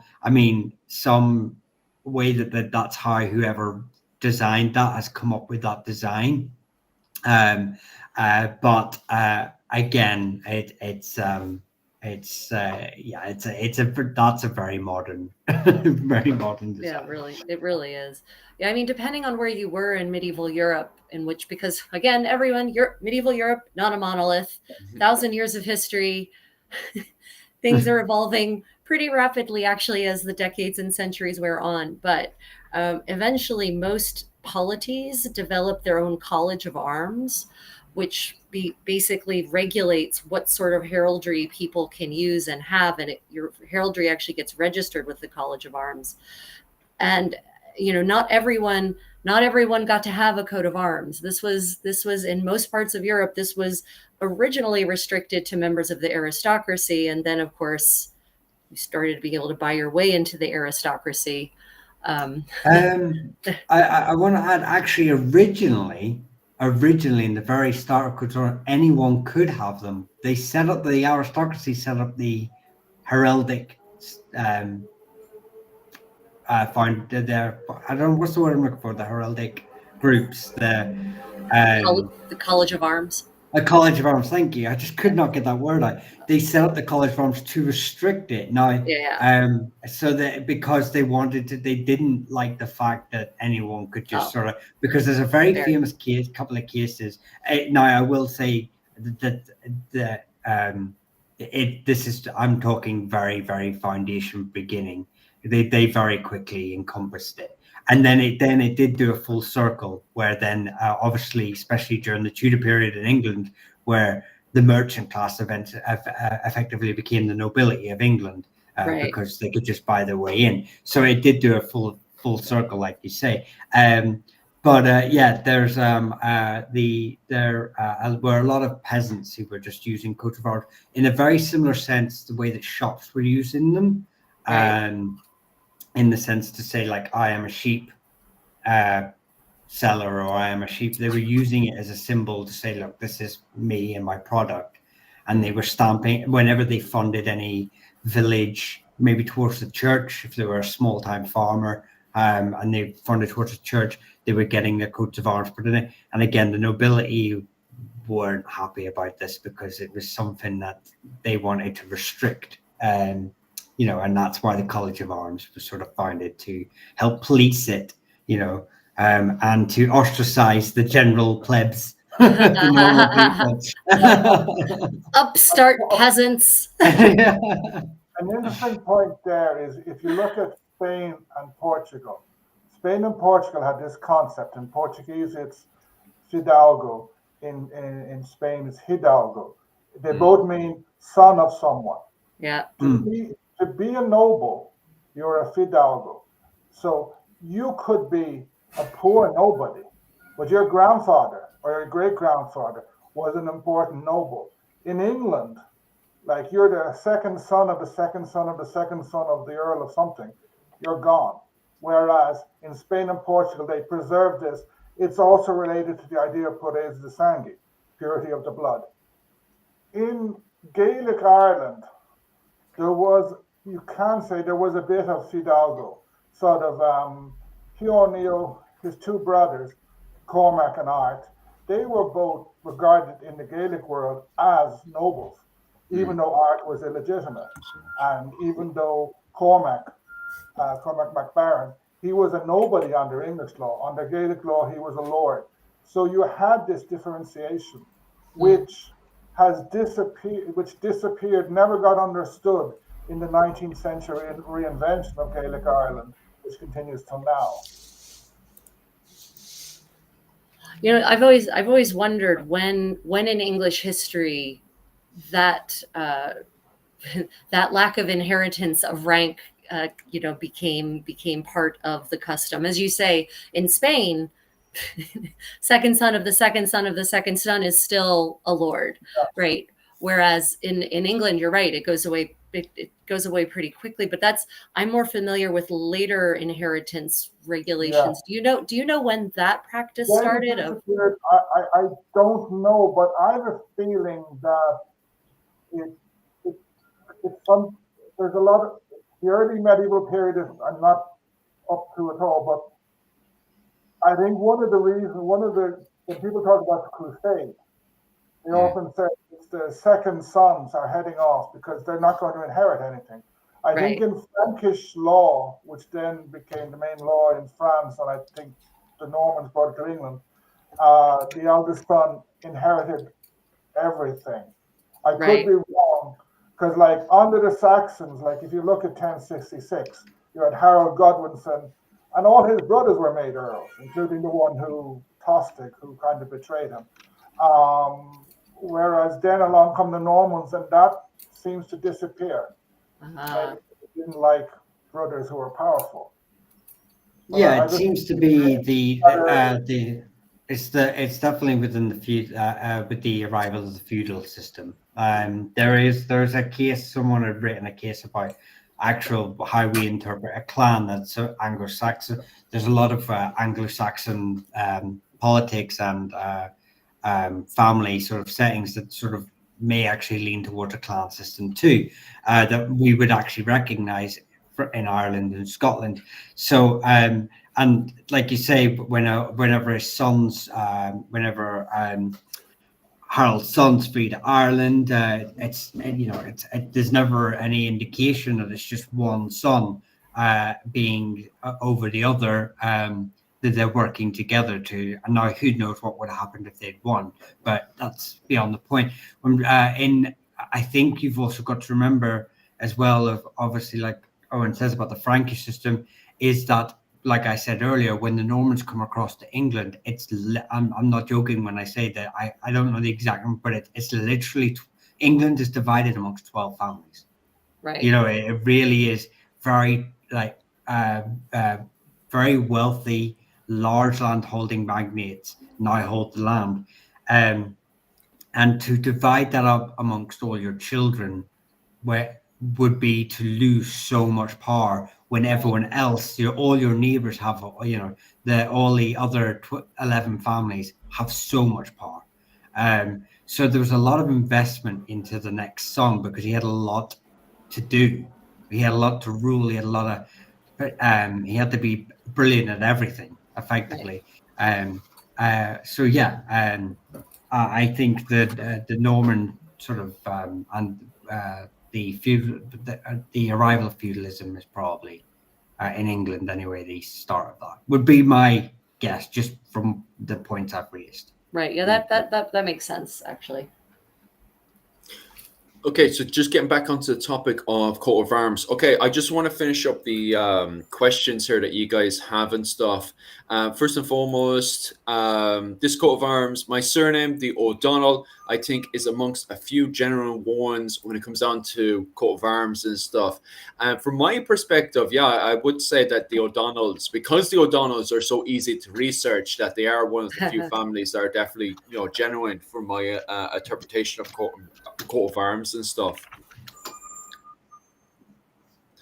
Anybody want to elaborate on that one? What is it? I don't.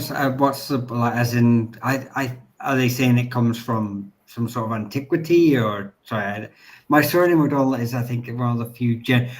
Maybe they're saying it's one of the older ones. Again, there's no Irish one that's older than the early modern period.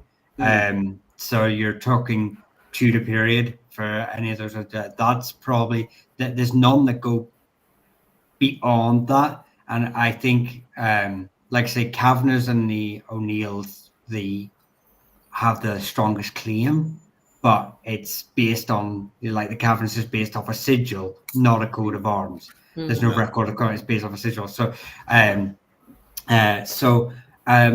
yeah, the O'Donnells are not one of the ones that are made in the 19th century.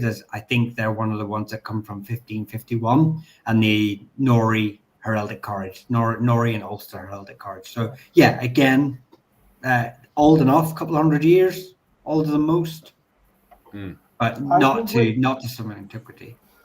In regard to the O'Donnells, I'm fairly sure that there were a couple of O'Donnells who went to Spain and became up nobles in the Spanish nobility. And I think there could even still be a Spanish noble whose surname, or one of whose surnames is O'Donnell. So I'm fairly sure that they would have got their own or developed their own coat of arms, even 2 or 3 over the last 400 years. Yeah, I don't know them offhand, but I'm sure you can find them. Yes, no, you raise a great point, because I do believe there are a couple of families that when they fled to mainland Europe, they still had a lot of connections, obviously, to Ireland. And I do believe some of the coats of arms are actually adopted from the European branch. So they've returned, they've obviously gone, oh, I've been given this coat of arms, and their family in Ireland have gone, oh, so have we then. So I do believe some of the coats of arms of families do have a European connection. And I do believe, and I can't think of the family off the top of my head, but I think they're an Ulster family as well, that's the one I'm thinking of. So yeah, there's a lot of European connections there. Okay. What would be the O'Donnells? Okay. When it comes down to symbols as well, you guys are going. Okay, when it comes down to the likes of symbols, when it comes down to reptiles, snakes, like I myself have a snake in my coat of arms and stuff. However, I'm not going to elaborate too much on questions like this one here, for example, just because it's going way off the subject. I know it's a great question and everything to go into the exact symbols and stuff. But the two major problems here is, first and foremost, it's trying to identify which ones are made for tourist reasons, or as one of you guys pointed out here, is it a legit coat of arms that goes back to the likes of the O'Donnells and stuff? First and foremost, can be quite difficult. And on top of that as well, when it comes down to the actual symbols within the coat of arms itself, we don't specialize in coat of arms and symbolism to do with coat of arms. And even on top of that, it depends which era the coat of arms is put together, because depending on what era, depending on the setting, the symbols can be different. So I'm not going to go into and start answering a lot of these things, because it really depends on the setting and stuff, and you'd have to elaborate a wee bit more. But then it's going way off subject when we go into that level of detail. I just kind of wanted to go through the very basics of coat of arms. And did clans during the medieval period have coat of arms? Which, for the most part, it seems that they didn't during the period of 410 to 1603. Many clans may have banners to represent themselves as a whole, which fits in with the society itself, but individual coat of arms and all that stuff doesn't seem to be the case all the time. But we do have unique cases of that. For example, the O'Connors did have their own unique coat of arms at selected points in history.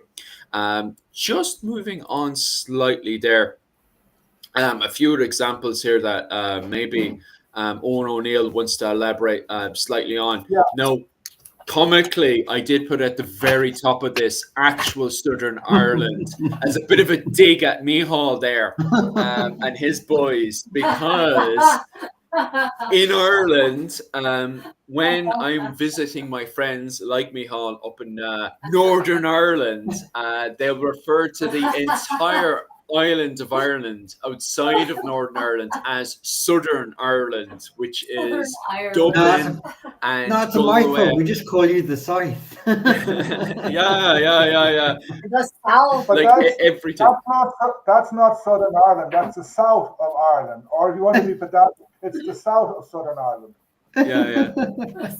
And can I just say this on the other map I sent you, this is I messed up.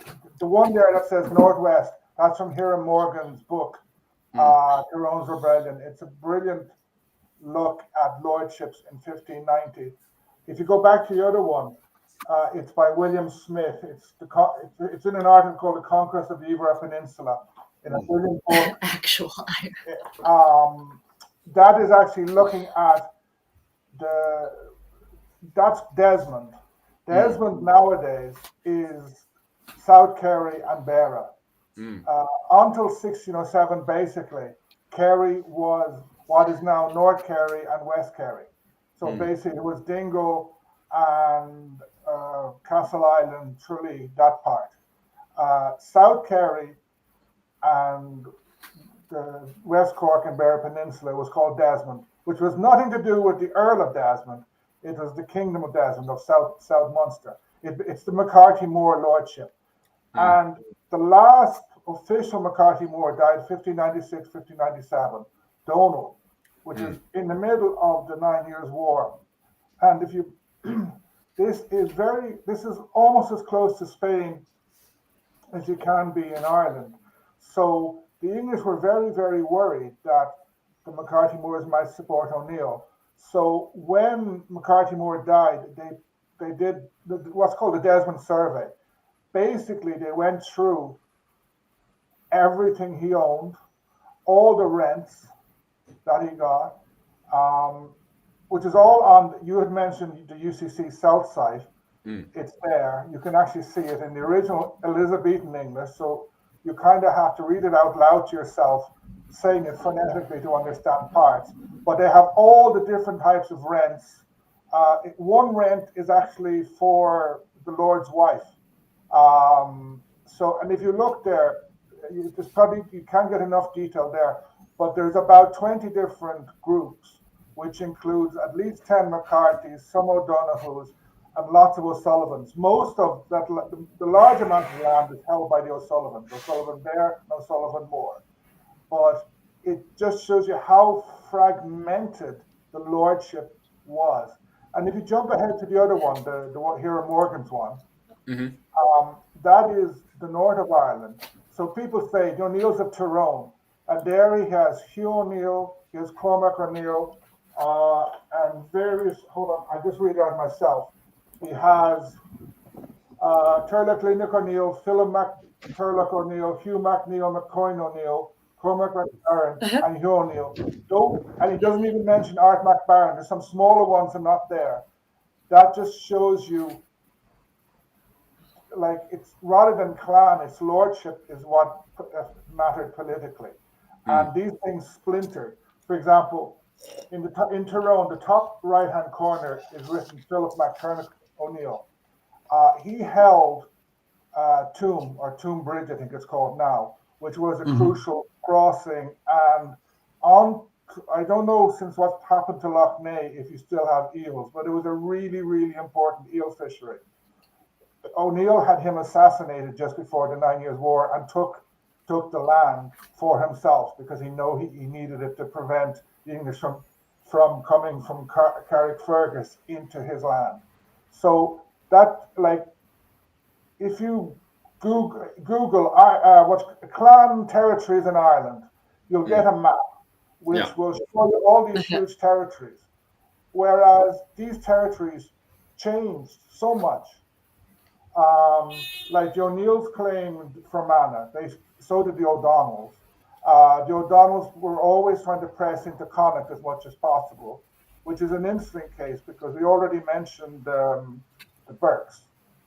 And by the end of the 16th century, some of the Burkes had submitted to the O'Donnells, and like you had the pro-English Burkes, and the other, and like the ones that O'Donnell was dominating. So it's an extremely dynamic and flexible system. There was no frozen clan territory.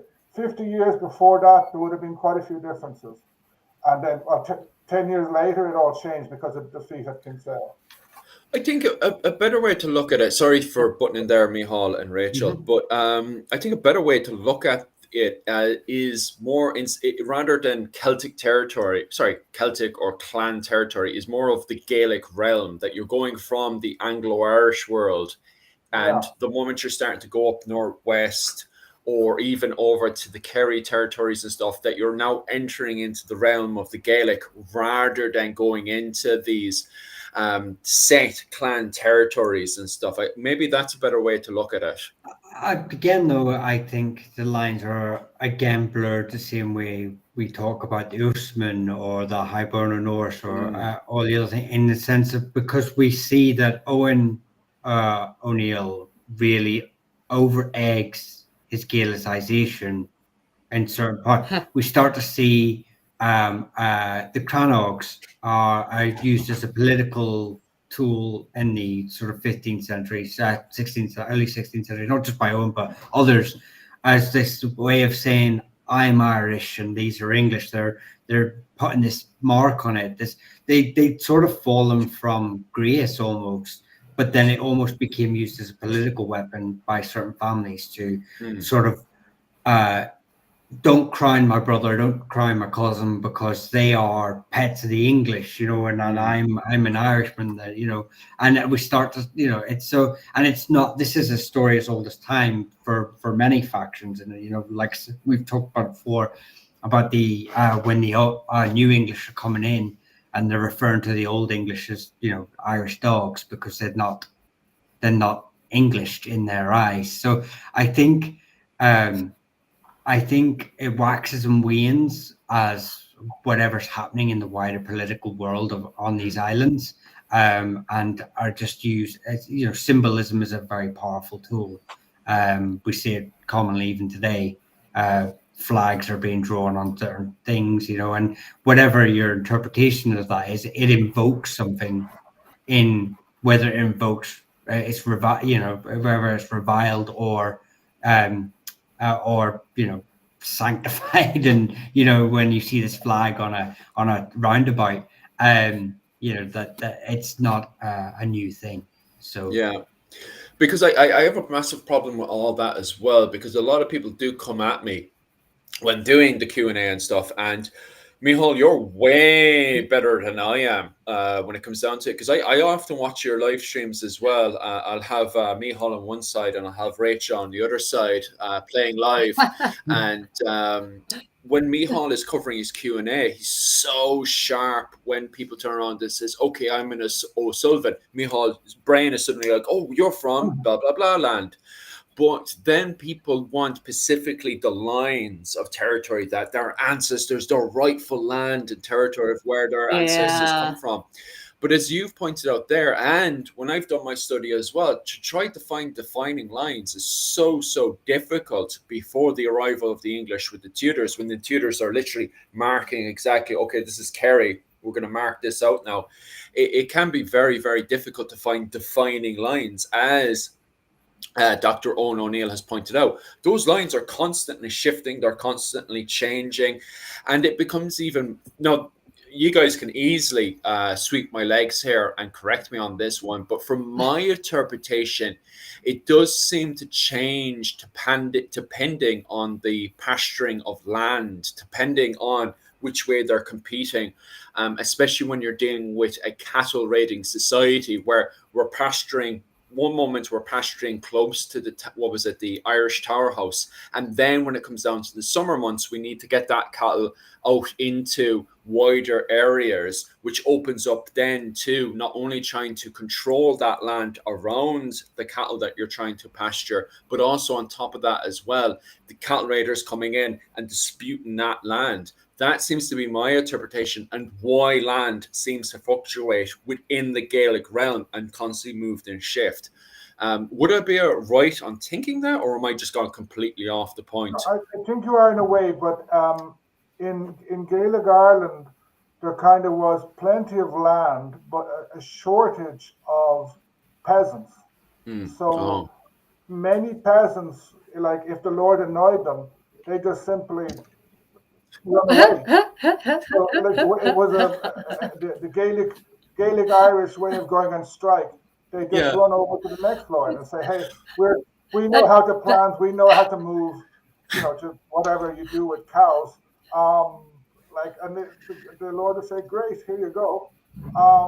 So that or they could do it from a Gaelic to an English system, etc. So yeah, and so just to answer a couple of Dan Green is asking about a lecture on Tras and the Tira. I think that was James O'Neill talking about the nine years war. I will touch on one great book if you are interested in. So Dr. Paul McCarter's Territories and Political Boundaries of Medieval Ireland. He sort of goes through all the triquequets, which is it's the smaller, it's which the modern baronies that we have today, a lot of them are the descendants, the Norman descendants of the triquequets. A lot of them followed. So there's something you've got to remember when you are drawing these lines about what is the clan holdings. In that Dr. Cormac McSporran sort of postulates that the provincial kingdoms may actually have a Bronze Age origin, but what was actually, so the boundaries sort of existed of what this was Connacht, this is Ullid, this is, but what was actually held by those so you almost have an aspiration of, like, we know Ireland is always going to be Ireland because it's an island. So but when you go to France and you have two villages suddenly on the Belgium and French border, and that can alternate between the two of them for centuries, where the country's lines are, and they will both sides will claim that those two villages belong to them. And if you look at a map from any of those two countries, both those villages are in their map. And that is, so you will get these sort of what is ours, what we claim is ours, and what is actually ours. And I often sort of say that the Normans had the same problem in that, especially in Munster, I'm pretty sure Owen could name quite a few families. And it happened in Clare with the Clares and stuff, when a family were granted land by the English king, never administered it, never took taxes from it. It happened a lot in Munster that the Norman sort of lords were saying, and you look at the maps, you actually look at the maps online of Norman held lands, and some of them they were officially, according to the English, held by the English and were given to Normans, but the Normans never received any taxes from them. In fact, one of the families who ruled the O'Driscolls, I can't remember who it was, very famously, for the first generation, didn't ever get any of their taxes, and it was an heiress's husband who finally managed to sort of take the land and go, right, I'm getting taxes. And then you see a steady decline over 10 years. So he must have took it and went, right, you're going to pay me taxes. And the O'Driscolls went, yeah, here's 10 shillings. Next year they get 5 shillings. Next year you got 2 shillings. Next year you got none. And they just went back to the old way of running it. And so why don't Irishmen care about tax? The Fitzgeralds and the McCarthys in South Kerry and Desmond, that went on. I think every 50 years or so, the Fitzgeralds would kind of do a bit of force, and McCarthy would pay some rent, and then just turn around and ignore him. And like you mentioned about territories, most maps they'll show North Kerry completely Norman. They think, oh, with poor old O'Connor, Kerry is always forgotten. And like, it's a beautiful castle. It's you can climb up to the top of it. It's Carrigafoyle Castle, which I really recommend. But another funny thing, like if you think of Peg and Dunquin, Dingle, Irish speaking, it was all held by Norman lords. The Knights of Kerry, Fitzmaurice's, the Ferreters, etc. Whereas now it's kind of regarded as the pure Irishness, whereby it was ruled by the Normans since, I think, 12 something. Yeah, so again, like clan territory and stuff, it's almost it'd be impossible, and not just because, like Philip has said, about boundaries sort of shifting, because I mean some are static, because you're going to use natural features, rivers, hills, mountains, impassable zones. Donegal's a great example about this, when the middle is actually quite inhospitable in medieval Ireland, and it's just the outer rim that sort of but there are other factors at play here, and then when there's two families sort of saying we both own this, and I guess it just depends on whenever the map was drawn and who was the richest family at the time. It really does put a lie to the statement, these are our ancestral lands. Yeah. Okay. One point is that if you've got a castle, a lot of Crannogs have family associated them. Family churches, so where your family could have been earners, which are land-holding families within a church. I think those are great markers, and they're static. They're buildings, so that they're there. They're great markers for ancestral land, but I wouldn't look too far into outside of more the back garden of the castle, the church. This is my back garden. No one's having it. The castles got burned down all the time. Yeah. Killorglin was originally called Castle Conway, Killorglin and Kerry, and basically that Killorglin it was the frontier between Gaelic and Normans, and until the end of the 16th century, the castle kept getting burned down and changing sides between McCarthy's and the Desmond. Happy days. Okay, so do you guys have any questions on your family surname, or any questions whatsoever to do with borders or anything in Ireland? But I'm just quickly scanning through. I remember I don't think there's any specific questions right now to do with Irish families or anything. But if you guys have any questions whatsoever on, someone's asked a question about Irish counties. Yeah, I thought that was an here, interesting one. Are you talking about this one here? Yeah, where the Irish counties that all the Irish are so proud of, especially for sports, and English invention. Maybe I want to take over that one. Yeah, they were, but they were based off the earlier Trickett-Cats. So all you got the Trickett-Cats became the baronies, and the baronies became the counties, encompassing.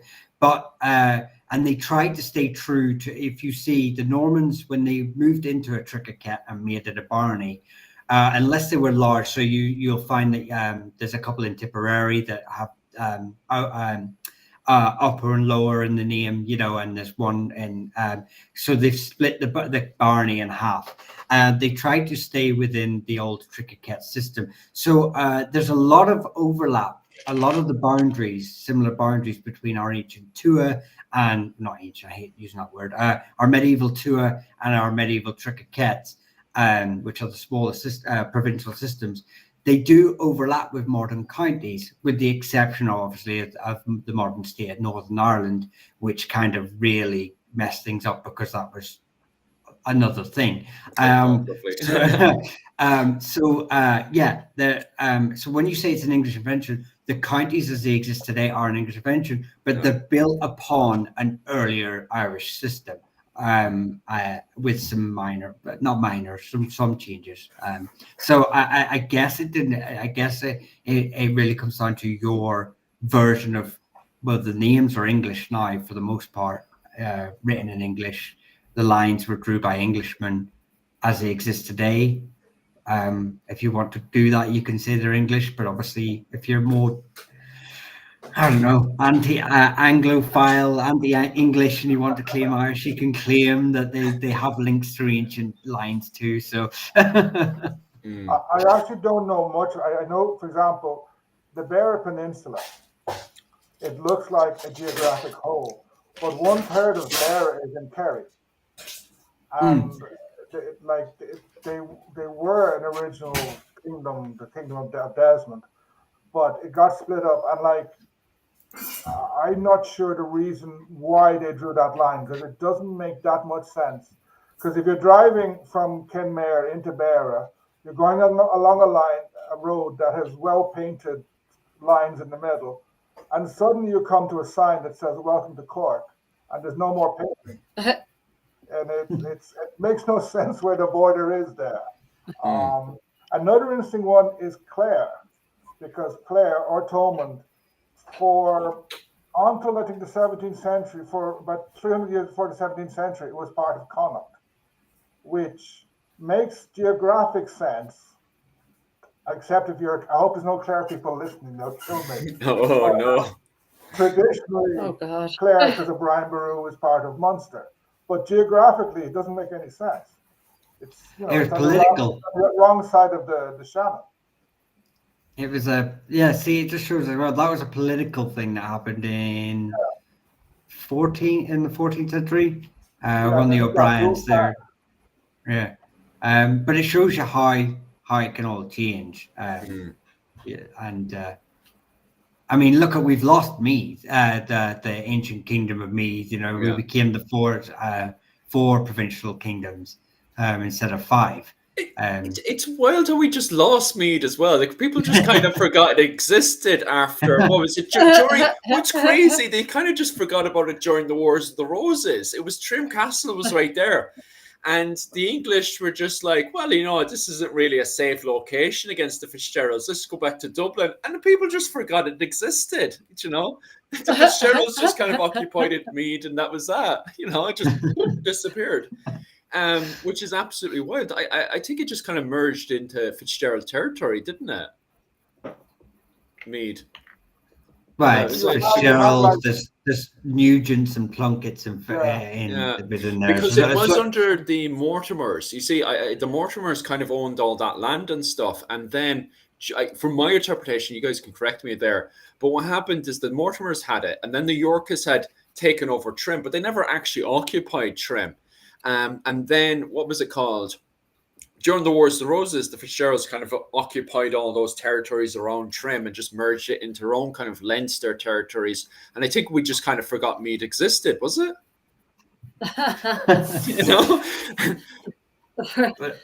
The forgotten territory. Because there's no, I expect during the Wars of the Roses, there would be like a big spectacular siege in Trim Castle and stuff. And people just kind of forgot Trim Castle existed. And people who were in Trim Castle kind of was just like, well, the Fitzgeralds kind of surrounded us. Let's go off to Dublin. And that was that from my interpretation. I don't know. I don't know. Nothing says you have too much land if you can just no one cares if you. The Fitzgeralds kind of merged it into Leinster, and that was it. Just disappears during the Wars of the Roses, from my interpretation. And then when the Tudors come in, the Tudors have no clue what Meath is. So there you go. I think that's what happened. It just kind of merged into Leinster during the Wars of the Roses. I think Meath under the Tudors, it broke after the Fitzgeralds were knocked out. You had Lord Dunslaney, Lord Plunkett, the Slane family, the Slane. So you had a series of small March lordships, which were important in protecting Dublin. Same as if you jump to the end of the 1640s, when Ormond was besieging Dublin, he tried to take all the north of Dublin, between Dublin and Louth. He tried to take all those ones. He did most of them, but then after the Battle of Rathmines, they all changed over again. They all got recaptured. So you had a series of minor places which were important, blocking an advance from Ulster towards Dublin. Okay, do you guys see any other question, or if you guys in the comment section want to chuck in any more before I just slightly advance forward there on the whole thing of clan territories and all that sort of stuff? We kind of answered it there with the whole thing of it being kind of more of a blur rather than defining lines more than anything else. Do you see anything there, Rachel? Sorry. Well, there's the question it is tangentially related. Were the Desmonds allied with the O'Neills and the O'Donnells with the Ormonds? And I mean, when? Like, maybe that question needs to be narrowed down a little bit in terms of time. If you're talking about what I was just talking about there, which was during the period of the Wars of the Roses, were the Desmonds allied with the O'Neills and the O'Donnells? During the period of the Wars of the Roses in Ireland, the Fitzgerald Desmonds were allied to the O'Neills and the O'Donnells against the Ormonds, the Butlers in Kilkenny, fighting over the title of Lord Deputy of Ireland at the time, which pretty much, as when the Tudors come in, Henry VII comes in, he pretty much turned around to the Fitzgeralds and says, sure, you're king all but name. That's how important the title of Lord Deputy was from my interpretation. So I'm assuming you're talking about the period of the Wars of the Roses in Ireland. Is there anything else you guys want to elaborate just in case, Owen, what about if you could just maybe in the 16th century during the 9 Years' War, do you want to maybe touch this in case you meant that one? Desmond was basically gone at that stage, but O'Neill appointed the Sugaun Earl, who was he should have been the Earl of Desmond, but the father of the last Earl of Desmond, he got rid of his wife and declared his children with that wife, illegitimate. So O'Neill got this guy and he made him he appointed him Earl, which was something very scary to many Old English, because you have a Gaelic lord appointing earls. Earls are appointed by the monarch. But like Ormond stayed pro-English. Happy days. It is just want to finish up this one.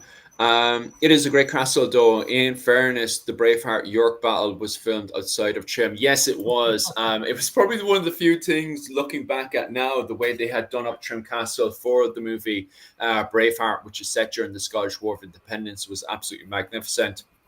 A brilliant siege. They definitely did Trim Castle more dignity than did with the clothing, which is actually fitting going into our next little topic here. Owen, is there anything you want to elaborate on these two last images? You can jump. That's just stay there for a second. That is actually Valentia Island. It's a map from the survey of Desmond, showing how the island is actually divided between three groups of the McCarthys. Two very small ones, a slick Donald brick, and I can't remember the other one. And then where the fisheries were was held by McCarthy Moore. I love how Derry is spelt there. That's fantastic. Valencia is like Dublin. It has two names. And until the 17th century, the English versions alternated. Because in Irish, Valentia Island is Ilan Darrara, Island of the Oaks. Darrara was anglicized as Darrary. Valentia itself comes from Bailinsha, which is the channel between Portmagee and Valentia. So they kept changing the name.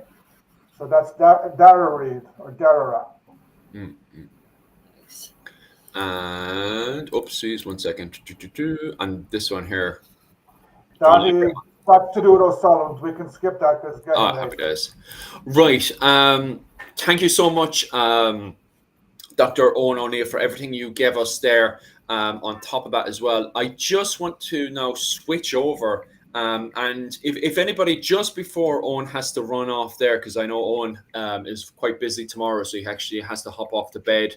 I have to bring my daughter to the school bus. Which is, of course, very, very important, especially when you're have to get up so early to get all those bits and bobs done. And what was it called? Michael wants to sneak away there now as well. He's more than welcome to do so, unless he wants no, to I'll stay. I'll stay for no Rachel. problems. Because in this part, I just want Rachel to kind of elaborate what Eoin O'Neill was talking about. What was it, a month ago, when he was talking about clan tartans and stuff. And Rachel is definitely somebody who can talk about this, because she loves clan tartans. You know, she can talk about specifically your clan tartan. No money joking about. Love it. I'm just going to have Rachel talk about the very basics of Irish clothing in the 15th century, only the very basics of it. So if you guys want to talk about clothing and stuff, you're more than welcome to do so. Owen, I know I just want to thank you so much for all the information you provided us there. It, to me, is worth so much, especially when you get into the details of that. It's definitely really, really great stuff and everything. So as we elaborate there, Owen, you're more than welcome to fly off there and just I'll hang on another 15 minutes. Happy in the morning. Happy days. So Owen now is going to be parking himself in the background there. I can sneak away. So if you guys have any more questions for Owen before he sneaks away, here's a question here I thought was quite good for myself. Why was it called the War of the Roses? It was actually, Rachel will probably correct me on this one here. In England, it is English propaganda, Tudor propaganda that popped up way later on during the period of the Elizabethan period. I'm sure that's when the name Wars of the Roses first pops up. And it was just full-on propaganda when the Tudors were rewriting history. We actually talked about this slightly when myself and Rachel were covering medieval news on Tuesday, how the Tudors had pretty much rewritten history. But Rachel had actually found evidence to indicate and show that during while it was all happening, that the Yorkists and the Lancastrians were actually rewriting the history as it was happening, to kind of alter the perspective of what was going on, to kind of favor their own agendas as it was happening. So pretty much what's going on right now with both sides of history right now, where people are actually altering history that's happening right in front of us, just for their own agenda and stuff. So it's quite interesting in that. So that's where the term pops up in English history of the term Wars of the Roses. Now, I personally use the term Ireland and the Wars of the Roses, which is, I use it anytime I'm talking about the dispute in Ireland between the Fitzgeralds and Butlers between the period of the Wars of the Roses in England, because, well, just the fighting that's happening after the 100 Years' War between 1450 all the way to around, what was it? Sorry, not 1450, 1450 up to around 1490. I actually do use the term Ireland in the Wars of the Roses when I'm talking about the dispute between the Butlers and the Fitzgeralds over the title of Lord Deputy in Ireland, which kind of hits its peak of fighting. I think it's around, you guys will probably correct me on this one, around 1473 at the Battle of Piltown, when the Fitzgeralds beat the Butlers and take the title of Lord Deputy of Ireland. So that's when people use the term in Ireland, Ireland and the Wars of the Roses, it's a modern term. I think it's only the last 50 years or so that different historians have been using that term. And the reason why they call it Ireland and the Wars of the Roses is because the Fitzgeralds had connections with the Yorkists, and the Butlers had connections with the Lancastrians, and then later on with the Tudors and stuff. So that's why they kind of tie it back into English history as well. Thanks very much for all the feedback and stuff as well, guys. That means a ton to me. Is there any other questions? Yes. So actually, I was verifying this, and I'm pretty certain this was my understanding. The term War of the Roses. we're going full circle here. Apparently, as far as I can tell, it was Sir Walter Scott who actually coined that term in the 19th In the 19th century. century. Oh well, there you go. 19th century. So was it? So not even the Elizabethans. So we're talking all part of the same period when all the rest of the history is getting bombastically romanticized, right? So as far as I can tell, it's him, and I think the novel in which there's a novel in which he coined the term, and that caught on because of course Sir Walter Scott was like the Clive Cussler of the 19th century. Like everyone read him all the time, or the Dan Brown of the 19th century. I don't know, but you know, massively popular, massively read across the entire English speaking world. So what he wrote caught on. Yeah. So that's why it's called the War of the Roses, ostensibly because one of the houses had the white roses, their sigil. The other had the red rose as their sigil. But yeah, that's why he coined that term. Just popping over to the comment section. Why do the Irish hate the Brits? Oh God! If we're talking about the Wars of the we don't have time. We don't have time for this. If we're talking about the entire history of Irish history, no, we don't have time for that one. That's a long one. But if we're talking about the Wars of the Roses, I definitely wouldn't say the Irish hate the Brits at all. In fact, actually, here's a funny one. During the later periods of the 100 Years' War, when the Fitzgeralds have a dispute against Talbot, and technically speaking, is sort of at war with the English at the time, the Fitzgeralds and the Butlers turn around to the Fitzgeralds and they say, hey, Talbot is over in France. Do you want to go for a holiday over to England and meet my cousins and stuff? And so James, the usurper Fitzgerald, his members of his family and the Butlers go on a holiday over to England to see Butler's cousins while the Talbot is in France fighting Joan of Arc. So I wouldn't say the Irish and English hate each other, really during the period of the Wars of the Roses and stuff, to be quite honest with you. I think the relationship is quite complicated if you want to stay within the topic of the medieval era. I will say don't be referring to War of the Roses, the 16th century, 15th century as British. They weren't British then, so we end up going down more problematic. There you go. So they're not even British; they're actually English. Yeah. Who knew? Who knew? Well, even then, because the 100 Years' War, like, it depends on when you think ethno-nationalism and the idea of statehood and nationhood existed. Because even then, were the English then in the English Civil War, the 100 Years' War, or was it during the Industrial Revolution? Or so let's again, you're just actually what was meant to be a quick topic is just going to be deeper and deeper. Anyway, somebody wants us to actually get back on topic again. Back on topic. I've heard that the Highland Games, tartan, etc., was mostly made up by the Victorians. Do you think that opinion is wrong? Which is great, because that allows us now to elaborate onto and make that switch from Eoin over to Rachel before we elaborate too much onto nationalism during the medieval period and stuff. So, first and foremost, this is a topic that myself and Rachel have actually covered a few times on what is a clan tartan. So, Rachel, what's a clan tartan? Yeah, so it's not medieval. What? So basically, what is it? Dan Breen is correct. It's a Victorian invention, right? It's this idea that pattern that you see on that fabric, which we now call a tartan, but not in medieval English.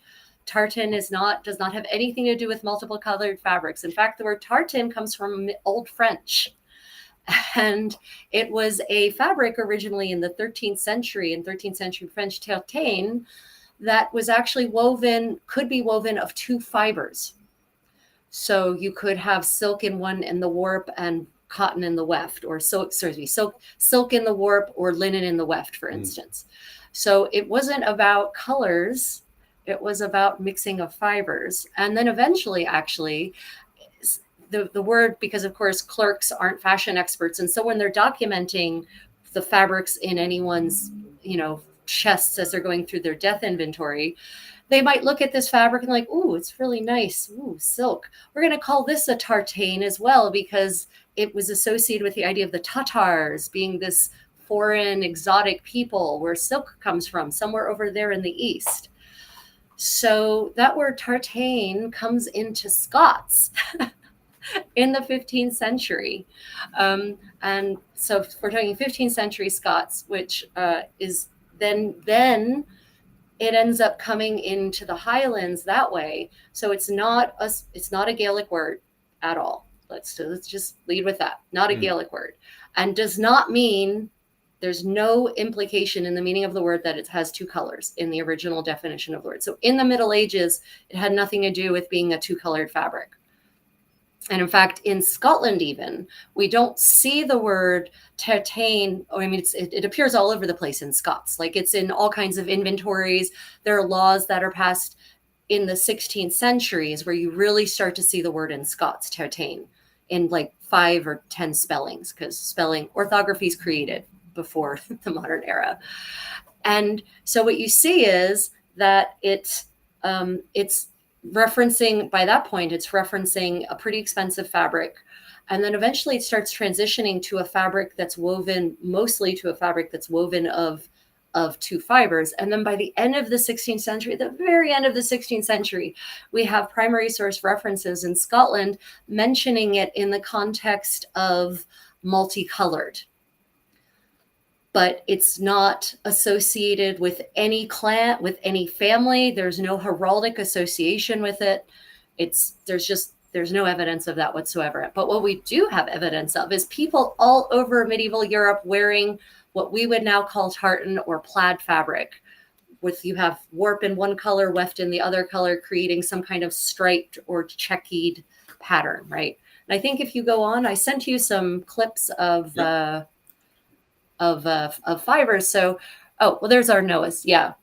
So here we have on the right there, and I know that's a 14th century sleeve, forearm sleeve from the Thames that was excavated from the glorious muck of the Thames River.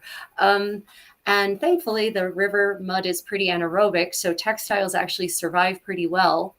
Not much else does in the Thames River, but textiles do pretty well.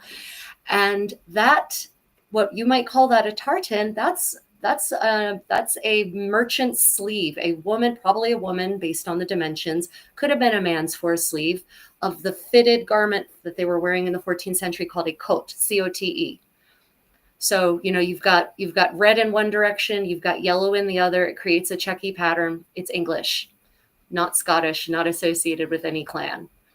And it's very, very, very common. And I think maybe if you maximize, or if you make the PowerPoint bigger, then we can see our bard friend there.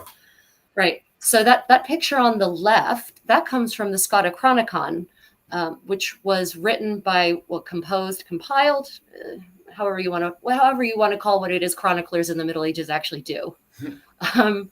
He's writing in the first half of the 15th century, William Bowden. And he is writing, he's using earlier chroniclers' works and creating this massive history of Scotland, right? And that's called the Scotichronicon. It's been digitized. You can actually look through the whole thing in its original form. It's fantastic. It's got some beautiful illuminations in it. And right there is an illumination of, I think that's Alexander the Third of Scotland. Yeah, it's Alexander the Third of Scotland. And that's an Irish bard. Right there in front of him. And you'll notice that neither the Irishman who's depicted there, nor any of the Scots are wearing anything like tartan. There's no plaid, there's no striped variegated fabric. It's all just fabric. So yeah, it's just, we can't prove a negative. You can't, logically, it's impossible. But you can talk about what the evidence we do have is. And the evidence we do have says that there's no clan affiliation. Now, what there is, and this is true of anywhere in Europe, there are certain dye stuffs that are more prevalent naturally in your local region, depending on what sorts of weeds just grow where you are. And so maybe where you live, there might be more woad and there might be more madder, and woad would produce blue, madder would produce red. So if you're doing homespun and you're home dyeing your hand spun fabrics, you're not going to have lots of money to import expensive dyes from other parts of Europe. So you're just going to happen to dye your thread blue and your thread red. And then when you go to weave it, you might decide, well, I'm going to do the warp in red and I'm going to do the weft in blue. But that doesn't mean that it's associated with your identity as a member of this part of Scotland, for instance. Can I ask a question on that? Just and yes. Feel free. I guess this might be more speculation. So, would it be obviously the nobility are the trendsetters for any local area? So whatever the chieftains wear and the nobles wear, the peasants eventually wear. So it's obviously. The peasants are probably the ones wearing. Would the peasants be the ones wearing the local weeds and woad in the area, and the nobility would be wearing imported from London, Milan, Florence, etc.? Yeah, absolutely. So what we do know, so we have, for instance, God bless Scotland, man. They have such great archives. I love the Scottish Royal Archives so much because they've digitized a lot of their expense accounts. Even though they're in Scots, there's an online Old Scots dictionary, which is really fantastic in helping me, read through all of these archives. And so what we know is for certain that the Royal House of Scotland from the 15th century, 15th century is what I've looked at in this specific case. They're absolutely importing all the best from abroad. They're getting the silk damask. They're getting black velvet, which is, of course, the luxury of the luxury of the luxury in this era. And we know in Perth, there's been lots of excavations done in Perth and in Glasgow that have found a lot of items, even amongst we'll call them the middling sort, that are also being imported. So even the middle class in 15th century Scotland, in this particular case, are still dressing themselves in a pretty posh manner, not necessarily all in black velvet, but yeah. So I would say that the people who are wearing, more likely to be wearing, say, the plaids, the mixed color fabrics, are more likely to be the people on the lower end of the socioeconomic spectrum, or people who don't have access to all the imported goods. So maybe up in the Highlands, it's more likely that you're going to see these kinds of fabrics than you would in the lowlands, and certainly more likely than you're going to see them in Edinburgh. Yeah, so definitely. But what's interesting is in the rest of Europe, for example, in Catalonia, we have donors, wealthy noble donors in the 14th century. Did I send those, Phil? Did I send the Catalan donors kneeling in their plaid? These ones here? Keep going. I don't know why I sent you that one. I have no idea. Nope. Okay. I sent you the wrong picture. That's okay. There's this fantastic 14th century altarpiece with the donors depicted in the wings in Catalonia. And the lord, he is depicted in a coat of plaid. So apparently, at least as of the 14th century, that is still a fashionable color, even amongst the nobility on mainland Europe.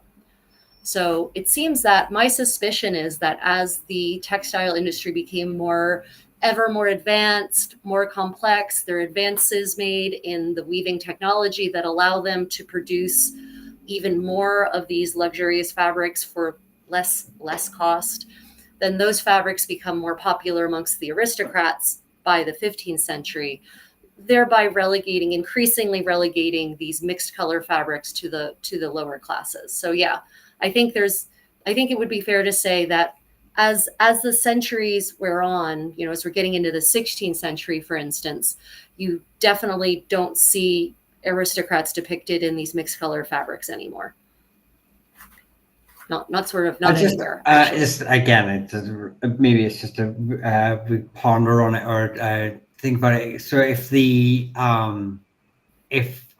nobility or the clan hierarchy, chiefs, etc., are not wearing the local dyes. Do we like? Does that again? Is that another nail in the coffin of Clan Tartans? Since I would Yeah, I see what you're saying. Yeah, so if you're right, if the chieftain, in quotes here, I'm going to use the term that a lot of people would use, whether it's correct or not is a different question.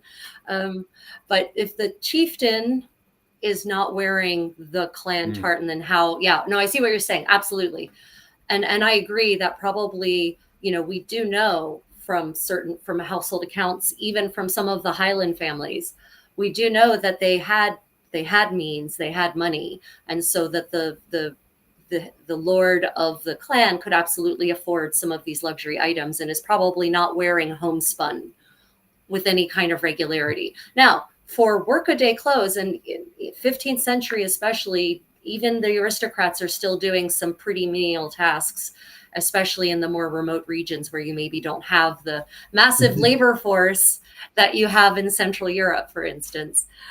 So, even the aristocrats had work clothing. And we know that from the expense accounts, that they actually talk about the queen's coat, very worn indeed, for instance. So COTE, coat, it's the 15th century word. Anyway, so we know that it's likely that they could have had these clothes made of that kind of fabric in their possession.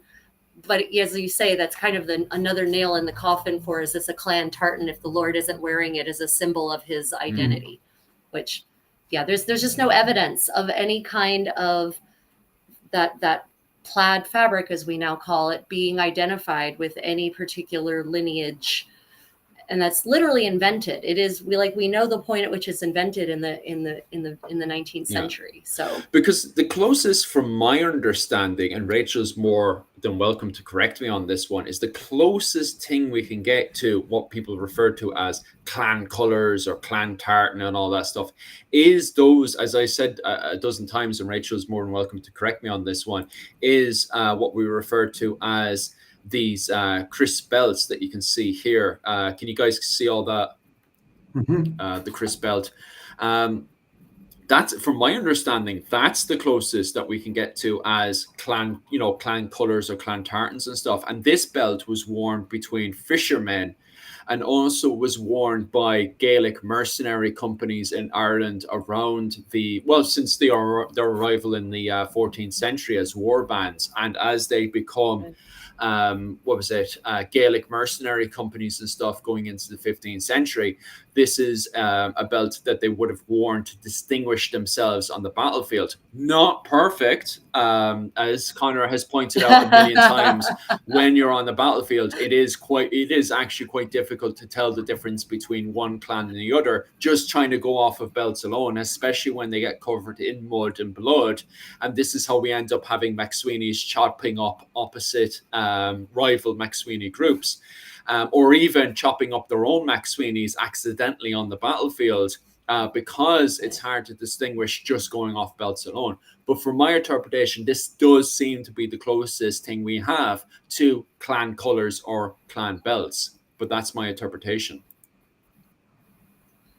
Right. Yeah. It's and it's funny because I haven't.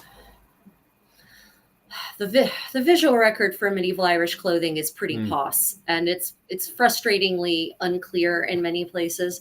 I haven't seen any depictions of those kinds of belts in any of the visuals that I've seen depicting either Irish visuals, like Irish depicting Irish, or foreigners depicting Irish. Obviously, foreigners depicting Irish are more suspect to not be accurate than the Irish depicting Irish.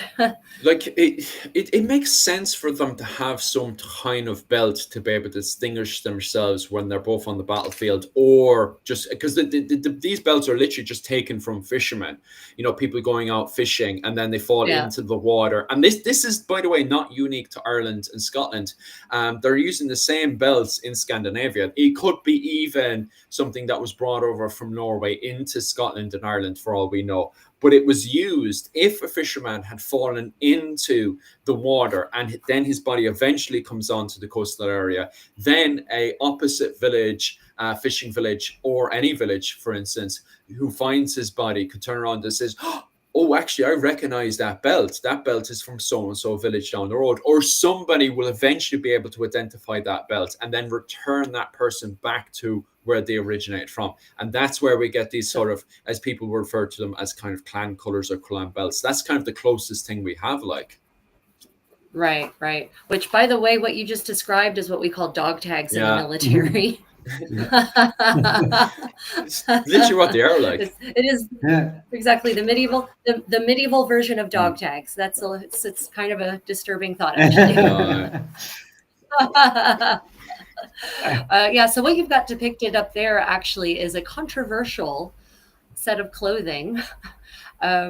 This was found in County Sligo. Your favorite place. And yeah, and basically this outfit could date anywhere from the 15th century all the way to the 17th century, and they apparently haven't bothered to carbon date it, so God knows why. It's a bog body, you know. God bless the Irish for just always falling in bogs fully clothed. It's they've done history a great service. Thank you for your sacrifice.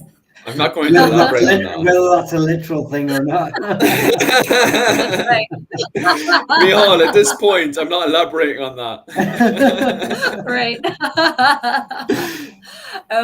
But what we see there are what he's wearing on his legs. Those are called trews in medieval English. Second. Yeah.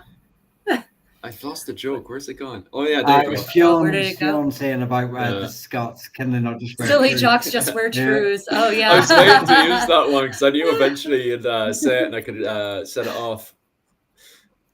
Yeah, so those are called trews, and what's interesting about them is that they combine what on mainland Europe were called, well, in English were called hosen, or chausse in French, or calze in Italian. That's the part that just covers the leg up to the thigh where it ends in a point.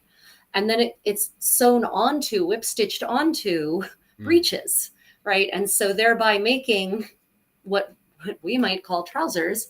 But it's something that in the 15th century, no one was wearing in mainland Europe anymore. They were wearing hosen and breeches as a separate thing. But the style, that bias cut, you can tell it's bias cut because of the way the pattern is going like this, right? So literally they cut it across the grain so that it would have stretch, because a square like this in the weave doesn't have any stretch, but if you rotate it, then suddenly the diamond can collapse on itself and you get that bias cut stretch. So that's why it has that interesting diagonal pattern. It's not woven that way, it's cut that way. But that style of cutting on the bias is like so gone in the rest of Europe by the 17th century. They're just using knit stockings. They have knitting. You don't need to cut things on the bias anymore to make it fit. So that's why I kind of lean towards this more being a 15th century find. But either way, people look at that and say, oh, look, it's a typical Irish clan plaid or Irish clan tartan. No, it's just homespun. It's just homespun wool. That's it. And just popping back over to what I would consider clan colors. Interesting one here. To be honest with you, I always just called it a Chris belt. What was it?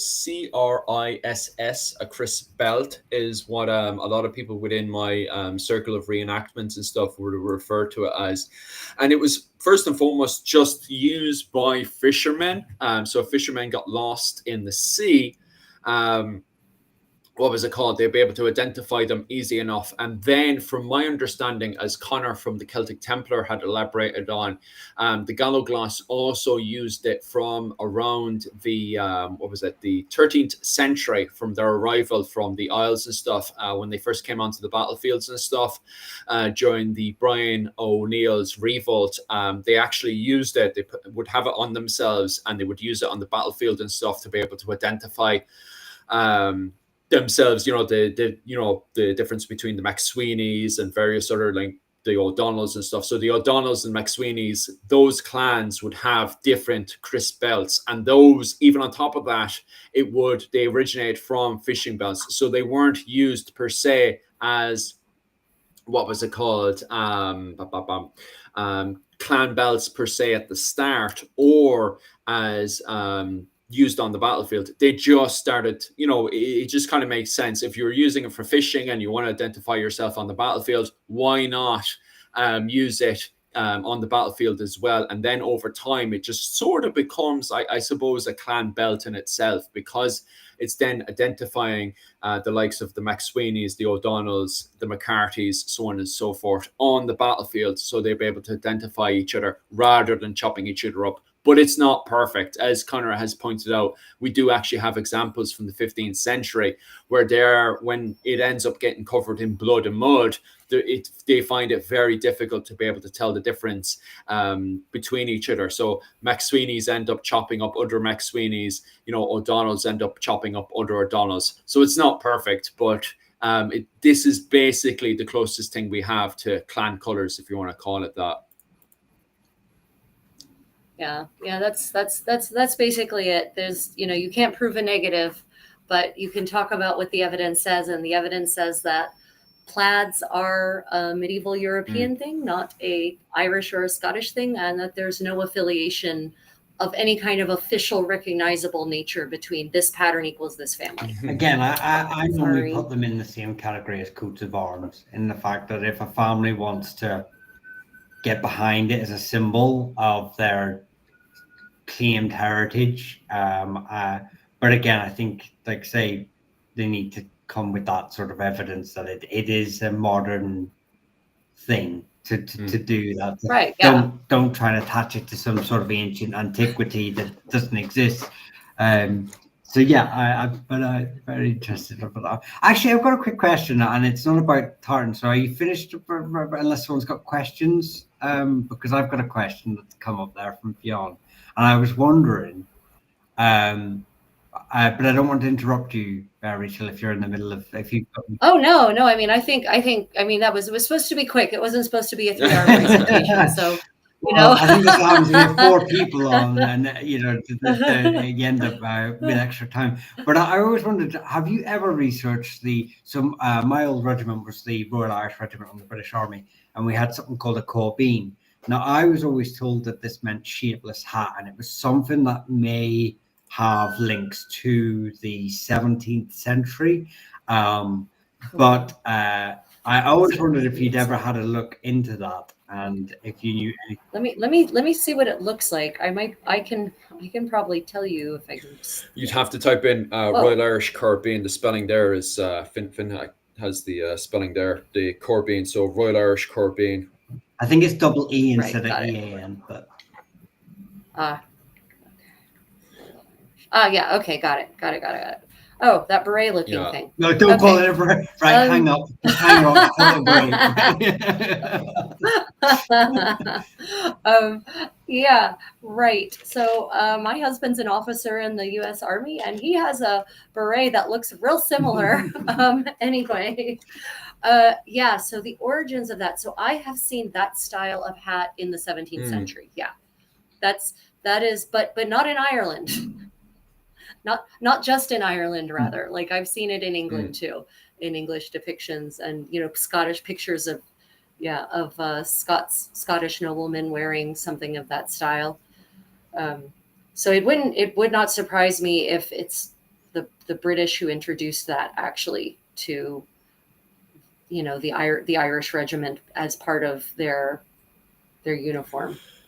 Kind of becomes a blur at that point because at the time around that period as well is that there's a sudden old switcheroo where for a very long time the British were insanely anti-Celtic, and then suddenly Queen Victoria suddenly gets this big massive fetish for anything Celtic. In fact, she's running around with a big Tara brooch at this point, and she's actually like we literally in Ireland refer to her as the famine queen, as very anti-Irish, when in fact Queen Victoria just suddenly she even gets herself I can't remember a Scottish boyfriend as well who runs around in a kilt. Mr. Brown. Mr. Brown. He's also the only other signatory on the Book of Armagh as well. Yeah, with Brian Boru. So it's yes, but I think there's you can love things about the culture, but not the people. And there's many a symbol we can point to. That's very, very, very true. I won't go too much into Valid point. what was it? Valid point. We'll say that, and we'll Yeah, I was about to say that because God, that's a hot topic there. It's not medieval. That's the main thing. Anyway, the Corby's not medieval. It is not.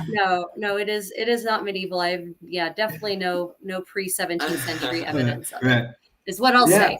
Right? I always like to phrase it that way. Like, I have not seen visual evidence of such a cap before the 17th century in Ireland. Okay, so before we move away from the topic of Irish clothing in the 15th century and stuff, do you guys have any other questions on 15th century clothing, or can we find any questions here in the comments? Because I know I'm dealing with, like, not just the questions from my side, but I'm also have other questions here.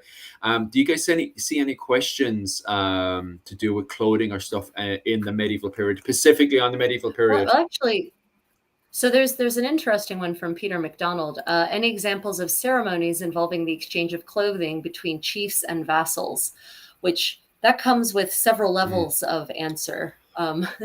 So actually, I don't know if we really addressed that in any clear way. Just the idea of chiefs in these medieval Irish clans, is that even really a concept? That's Melissa's field, Melissa Shields.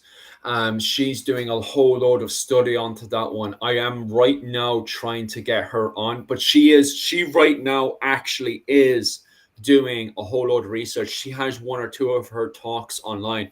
If you go to Clans of Ireland on YouTube, one of her talks on gift giving in the 16th century is on that. So type in Melissa Shields, and she has a few YouTube videos on right now, especially if you go onto Clans of Ireland. She has a video up right now on gift giving culture in Ireland. So it is there, and Melissa Shields also specializes in clothing in Ireland.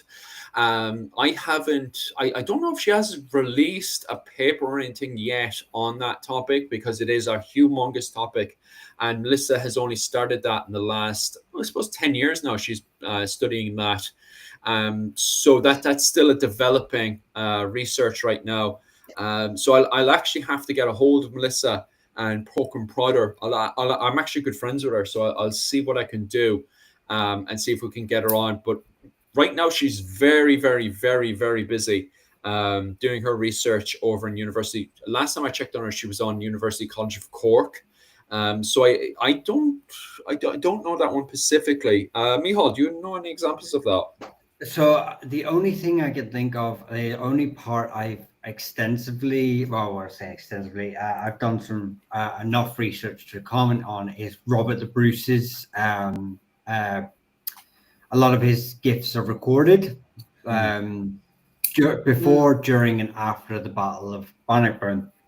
The only problem with it is that little to no Gaelic families, or before Gaelic, so Gaelic families are mentioned in any of the gift givings or receivings, and it's all happening within the Norman, the South Scotland sphere, and the that sort of gentry. So we don't actually, I know from a Scottish context around the 13th century, there's not a lot of evidence of what the gifts are between, because we don't think they mirror each other.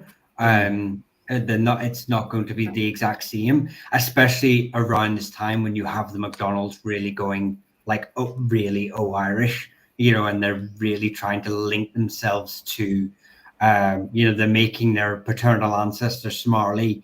He's obviously, who we know now is probably a Norse father, Irish mother. They're trying to make him an Irish, paternal Irish, and we have Moray having its connections to Ireland. So they're looking towards Ireland and not Scotland. So is that in the same aspect as in the way that they view gift giving? Are they wanting to mimic Ireland? So what I'm saying, it goes back to the point of, I know it sounds like I'm not answering it to any person out there, but what I'm saying is that There's too many things happening for us to. It's not being written by the Scottish in the Isles. They're not writing anything at this time, so we have no idea. But the people surrounding them are possibly doing different things. So it depends really which way they're looking onto which way they're doing it. So yeah, unfortunately, it's just one of those things that's just not well recorded. You see, So I sorry, think, Rachel. Yeah, so I was going to say, ceremonies are sometimes in the medieval period, ceremonies are sometimes recorded so well that you could literally reenact it because they leave you a script, say coronations.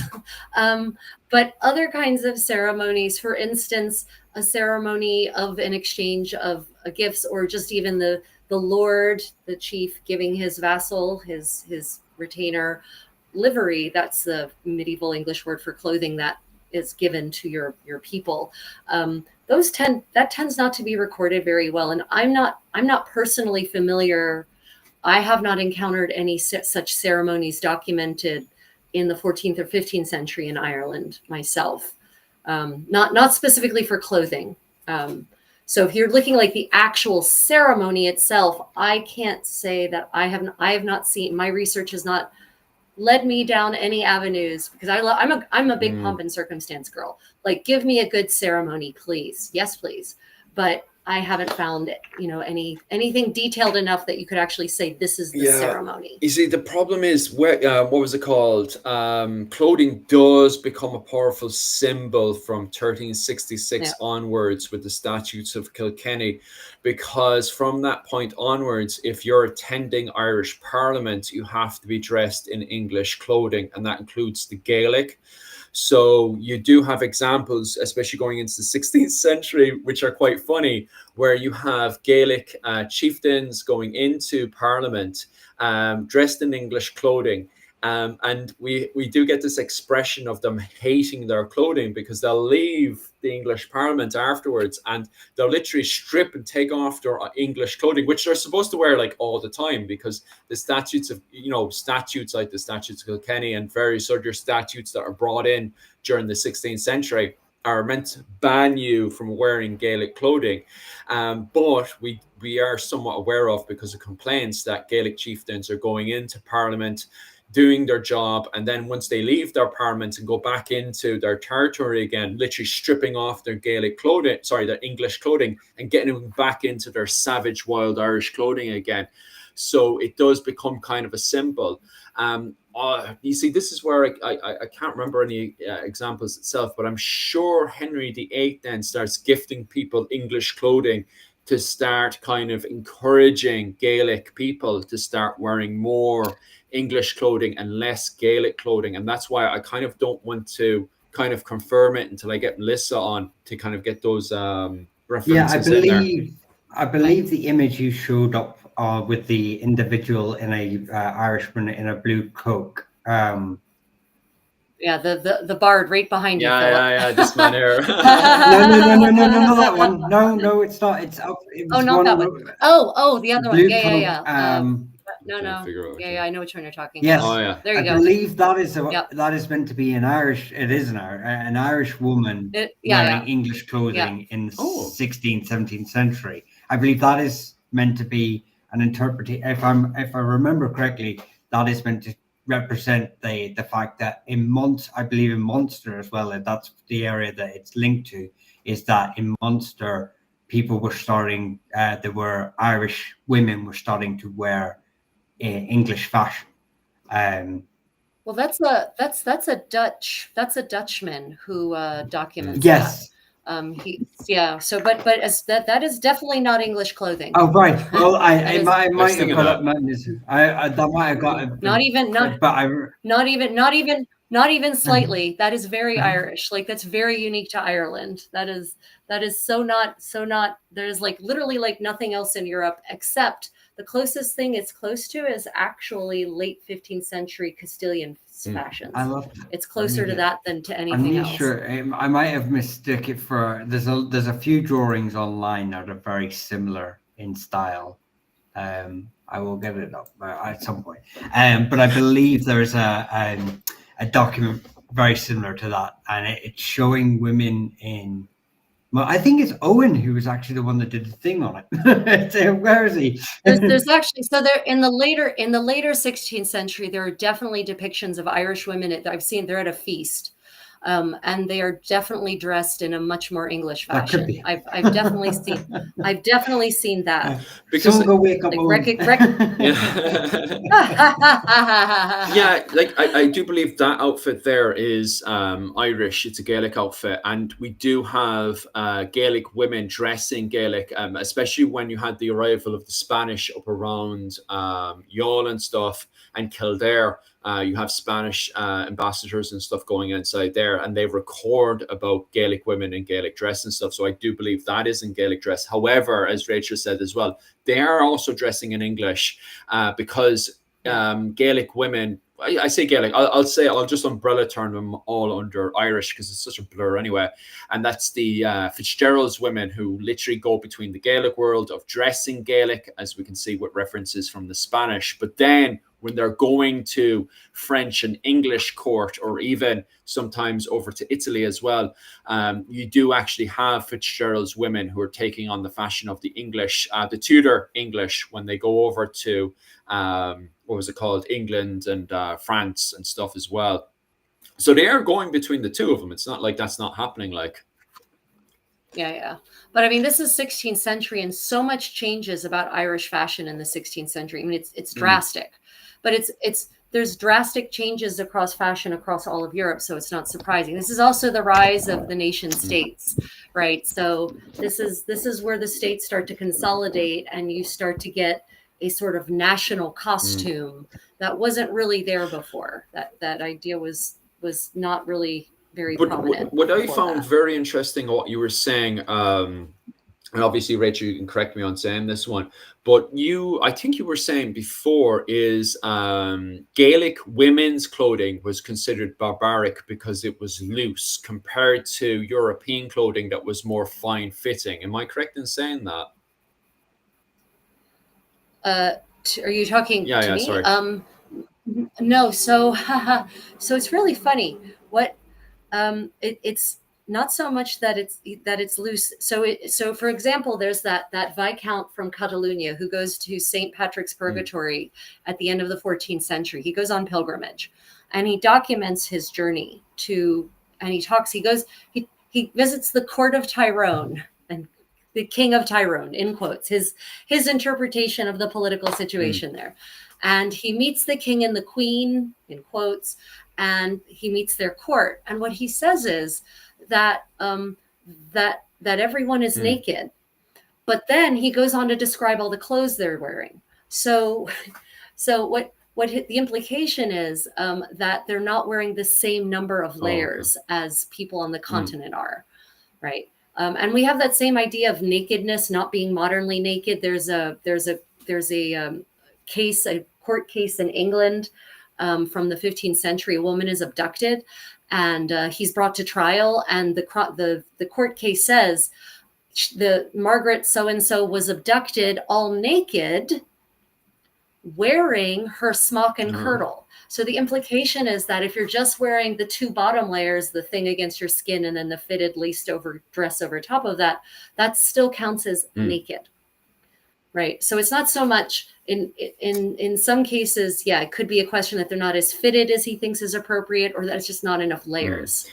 Finn has a very good question here as well. When you say English clothing, does that just mean up-to-date Renaissance clothing?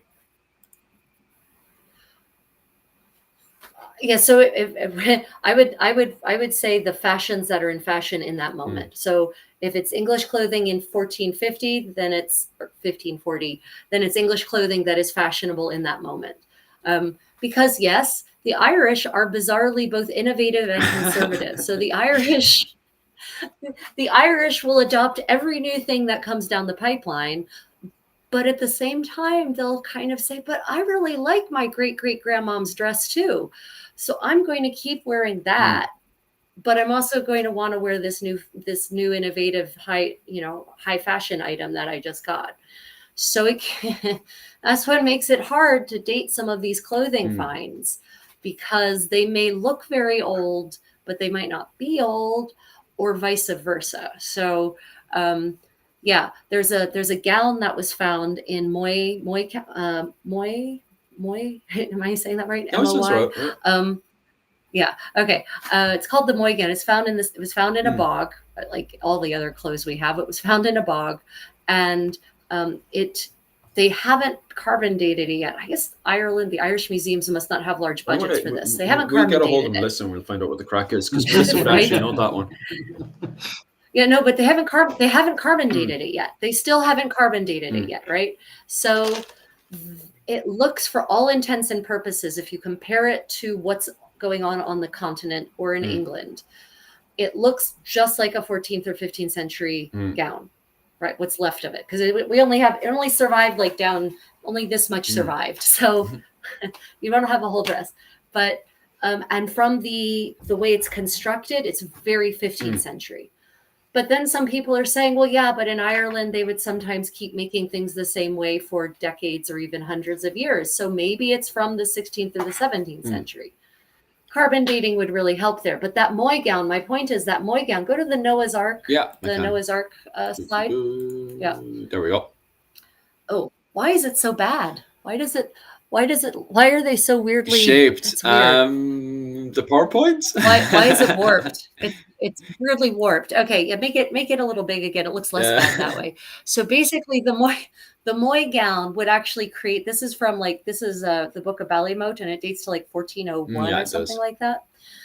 So the way the men and the women are, these are all Noah. This is Noah and his family, by the way, in 15th century Ireland. The way their garments, the men and the women, the garments are fitted on their body. This dress would result in that shape for both the men and the women. So we know for a fact that they are definitely wearing nicely fitted garments in the Irish parts, the Gaelic parts of Ireland, right? In the 14th and 15th century. So yeah, it's not necessarily, but you look at these people, and I could not distinguish them from, say, people in Germany in this era. Well, a couple of decades before that, actually, except for the fact that they're kind of out of fashion for their decade. That's the way people were dressing, in, say, Germany in the 1350s to 1370s. So, otherwise you couldn't, there's nothing particularly Irish about that versus what's happening on the continent, except for maybe the beards. They've got some, but they're supposed to be Noah and his family. So who knows if the artist gave them beards like that. I'm just thinking about the crowns, because obviously we don't really have any. Crowns are very debatable. Crowns are because I heard Sean Duffy turn around and say there were no crowns in Ireland at the time, but according to the English at the battle, there's a battle that happens in around. Where was it again? Around 936. There's a battle that happens in England, and the English define all of the Irish kings. I mean, both the Dublin kings and the Gaelic that are in there, as all having crowns on their head. So it's constantly debatable. Balabambra. Yeah, that's the one. No, but that's. I'm pretty sure there's a thing about that. It's just like that's a bit like this interpretation of like. That's their, and they're just doing that because that's their interpretation of a king. King has a crown, even though, So yeah, there's no, because I remember this started with Brian Bruce's supposed crown that went to the Vatican, and obviously I don't think the Vatican even have a record of it. And they're pretty good at keeping records, unless I'm not going to do that. Right? I'm not just. I had to stop myself. Right. Anyway. But yes. So I was just very surprised to see a crown on an individual's head, and I wonder if that's more because it's religious. So they represent. It is. It's supposed to be Noah, right? So in the medieval mindset, Noah is a kind of king, right? Like he's a patriarch, right? So he's a king. It must be. I'm pretty certain it has less to do with what Irish kings may have been wearing in this era versus he's a patriarch. He's got to have a crown, otherwise, without a crown, he's just any old bloke, right? Like. And also, you guys were saying about beards as well. If we look, I don't know about the 15th century. I think the 15th century is very, very funny. But if we're looking into early medieval history, there's constant quotations in both Welsh literature and also in Irish literature that to define yourself as a manly man, you had to have a big, strong beard. So that could be why maybe in the 15th century it's still kind of reflecting itself that, you know, the difference between a man and a woman is that a man has a big manly beard. Maybe that's what's going on in the 15th century. But even on top of that, I think it could be quite debatable, especially when you're dealing with the southeast of the country, where they perhaps were taking on more fashion of, you know, the way that they were doing goatees, as you were saying there, in Europe and stuff, especially if you're dealing with the likes of James the Usurper Fitzgerald and also, what was his name? Seamus, the White Earl Butler, who maybe took on more of the European style of beards, but very, very, very debatable inside there. But actually here, maybe this guy will give us our answer, because they don't really have beards and they're meant to be Gaelic, bum, bum, bum, bum, bum, bum, bum. And this is also around the 15th century as well, isn't it? Your bard has a beard though, so so that's like that's 1440s is when this the bard has a beard. So we do know that Irishmen in 15th century Ireland absolutely had nice flowing beards, because we have tomb effigies. There's one of a tailor. One of my favorite ones from the mid 15th century depicts a tailor kneeling, and he's got this just gorgeous thick flowy, like there's beard envy just surrounding him for anyone who looks at this man. And so we definitely know that the Irish were definitely sporting some pretty nicely groomed beards in the 15th century. But also there are sumptuary laws that the English pass that actually say that the English have to keep clean shaven to distinguish them from the Irish. See, I was just thinking that, especially if the Irish are supposed to be going into the Irish Parliament or any form of assembly to do with the English or stuff, would they have to shave their? Because it does seem to indicate not the Irish. The English are told they have to shave.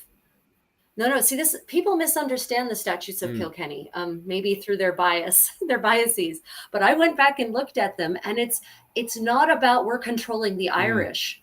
It's about distinguishing the Irish from the English. They don't want to make the Irish like the English. They don't want that. And they actually specifically, one of the statutes actually says specifically, because the Irish are dressing like the English and the English are dressing like the Irish, both ways, we can no longer tell the difference between them. And now there are apparently Irish bandits who are dressing in the English style and getting up to mischief. By getting into the pale because they look English, and then they're engaging in banditry. And so the statutes specifically say that Englishmen must shave every 2 weeks. But the problem I have with that then is because it's such a massive blur, not so much in the northwest of the country, but in the southeast of the country. Because if you've got the likes of the Fitzpatricks, for example, like technically speaking, they're supposed to be Gaelic, but yet they're constantly running around declaring that they are English, you know? So I think it's definitely a blur, especially going into the statutes of Kilkenny, as you point out there, with Gaelic dressing as English bandits and running around causing a muck. And also on top of that as well, the likes of the Fitzpatricks who are disguising themselves as English to get around certain situations and stuff.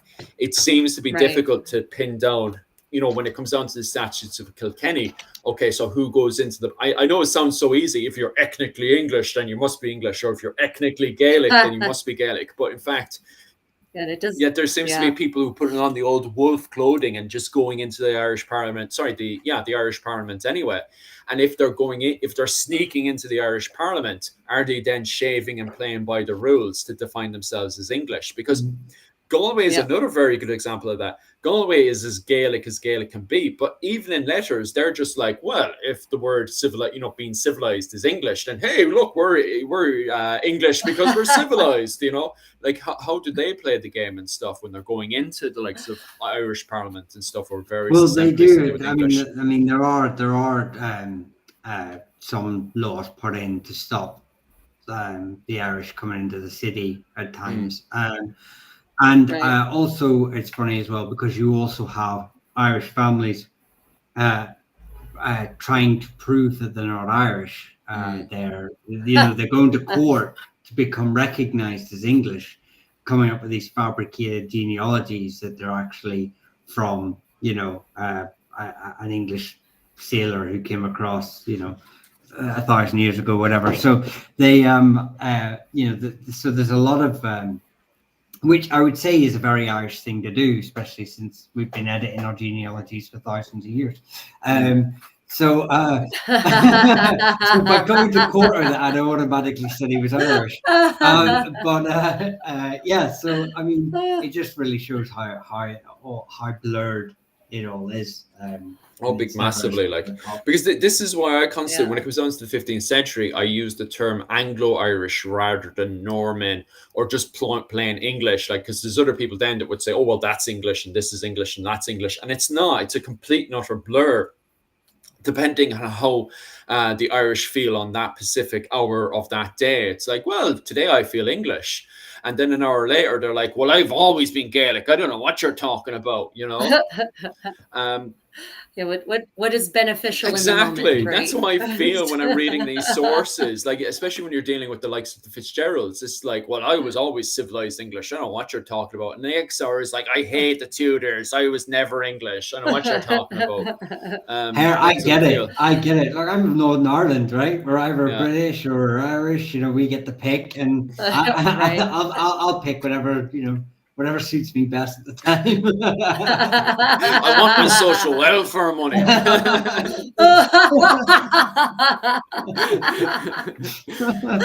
Look, I'm just keeping up the age-old tradition. That's all it is. That's right. Exactly. Nothing new under the sun, my friends. This is a good one off Seamus there. From my understanding, Seamus, nipple licking lasted between both. We're about to get demonetized. I'm going to talk about it. I'm already demonetized. It doesn't matter to me. What was it called? Nipple licking lasted between the Bronze Age with bog finds that we have all the way over to about 550, and then from 550 onwards, it seems to be what was it called? As a way of kind of introducing yourself, or being I suppose submissive to your overlord, you would lick his nipple, and that lasts, from my understanding, from the Bronze Age all the way up to around 550, and then with the Christianization of the island of Ireland, the Christian kings preferred to be baptized. So if you were being subjugated, instead of licking his nipple, he would rather you just ducked your head into the water there and be, baptized under him. So that became the new form of subjugation, from my understanding of the literature, from 550 onwards. Is there any, Michal or Rachel, is there anything else you want me to elaborate on that, or elaborate on as well, when it comes down to subjugation and stuff? I honestly, when I saw that question, I thought that was being cheeky. No, it really is a thing. Are you judging my culture? Are you not going to take part later? No. Ryan's watching this, going, "What are they doing?" Oh my God! Wow, of all the fascinating ways of showing submission, that's that's a choice. Well, I don't know why they got rid of it in 550. Like, what happened? Should we take a knee? Now we're going to lick each other's nipples. As far as I was aware, it was a myth. I know Patrick records it happening. Yeah.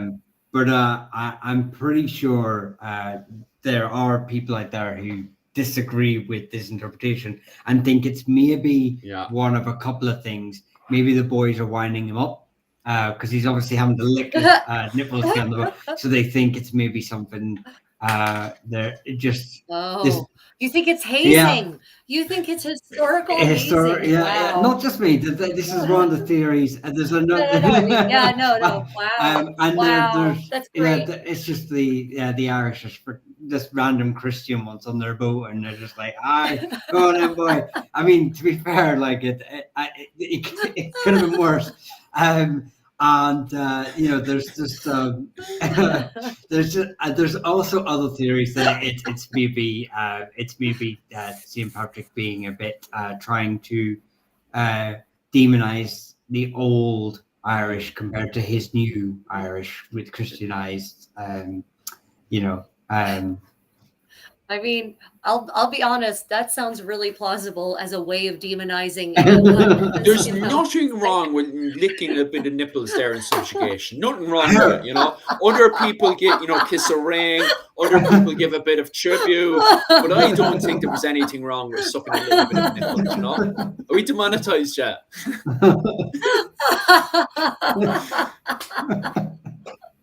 Oh my god! So it was St. Patrick who wrote about this. I believe yes.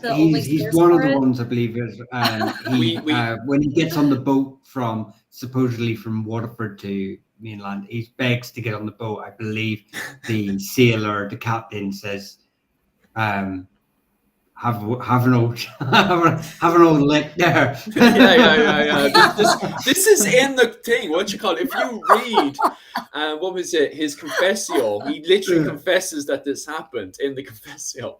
And what else is in there? So there is other boys who allegedly licked the captain's nipples, and then on top of that as well, Patrick gets away with it because he's Christian. The captain's like, "Oh, you're a Christian. That's grand. You don't have to." So he lets him on pretty much scot-free. And then the problem is then, so first and foremost, we do question if this happened because it's written by Christians. So all the literature then is written by Christians. But on saying that, Bronze Age bog bodies all the way up to around 550, they all, for some strange reason, any nobles that have been discovered or found, they have their nipples cut off. So it's like, okay, so why are they mutilating all these nipples? Like, why are they cutting them off? So it could be the fact that they are as a form of subjugation, licking each other's nipples. And then after 550 onwards, subjugation changes to you be baptized. So they would, once you went to your supreme leader, and as part of also giving them cattle tribute, they would also bring you over to the river and dunk your head in. So it's not only a form of because you also have a form of execution as well. So a form of subjugation would, be baptizing the person in subjugation, but also on top of that as well, we have a lot of people being executed through drowning as well. So Turgus, for example, who didn't submit to male Shocknall the first, he eventually grabs his head and dunks it into the water and drowns him as well. So you see it as both of a form of execution and as a form of submission through baptizing the person, cleansing that person's soul, not just as a form of, let me see, how do I word this? It's the fact, because in your life, you may, in the early medieval period, both in Britain and in Ireland, you may actually, as a Christian, be baptized multiple times. But it's the fact of who is baptizing you, puts you under their kind of clan or warband or whatever it is. Does that makes all sense? Yeah, totally. 100%. Okay. Oh my God, I'm so glad that question was asked. I feel so enriched. Don't judge my culture. Oh, it's a great comment here. It's funny how this has never made it into any movies. It should do. Not the kind that I want anyway. That's it. Again, the anti-Irish, Oh my God. If a man can't lick another man's nipples, I don't know why they got rid of it. Like, what was the problem here? Like, baptizing is just not as good. Like, put your head in. That was it. Christ, so boring. Philip, is there another streaming platform we can go on to where we can do this? Elaborate. I actually know the one. It's called OnlyFans. I don't know if we can say that one, but Yeah. It's a special Patreon page. Although Patreon has live streaming now as well. Yeah, they do. Yeah, Patreon's got it all now. They're trying desperately to get people to stop using YouTube as the loading platform, basically. Yeah. Which is great because I have a Patreon where I do classes every Sunday, so we'll hint hint, covering Normans right now, but we can easily talk about Bronze Age Ireland again if enough Patreons jump on. So good comment. The English court, not just the British court, the English court had the groom of the stool. That's far more lewd. Actually, all by the 15th century, pretty much everyone had a groom of the stool. And it was actually a job you wanted because it put you right into the power. Like you are the most intimate and most directly connected to the sovereign you can be. That's private time when you get to actually like have one-on-one chats with the crown. So talk about power and influence. It's not a lewd job. It was a highly coveted job. Now, granted, if you had to wipe the king's butt, well, we got rid of nipples. Now we got this. Power and privilege comes with its price, my friends. Sounds like an amazing job. Like, sorry, say that again. Why did we get rid of nipple licking? They got sore nipples because they didn't have nipple cream like mothers do these days, like nursing mothers do. That's probably, you know what, now I think about it, that's probably why Ireland's the least lactose place in Europe, like lactose intolerant place in Europe. Maybe that's why.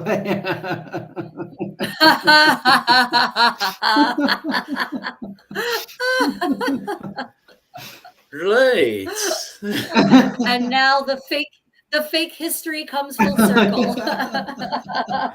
I guaranteed I've actually missed a good few questions in there. So guys, if you want us to cover any questions before we pop away, definitely comment below. I think is there anything else we need to cover? Because I think we covered pretty much everything else we need to do.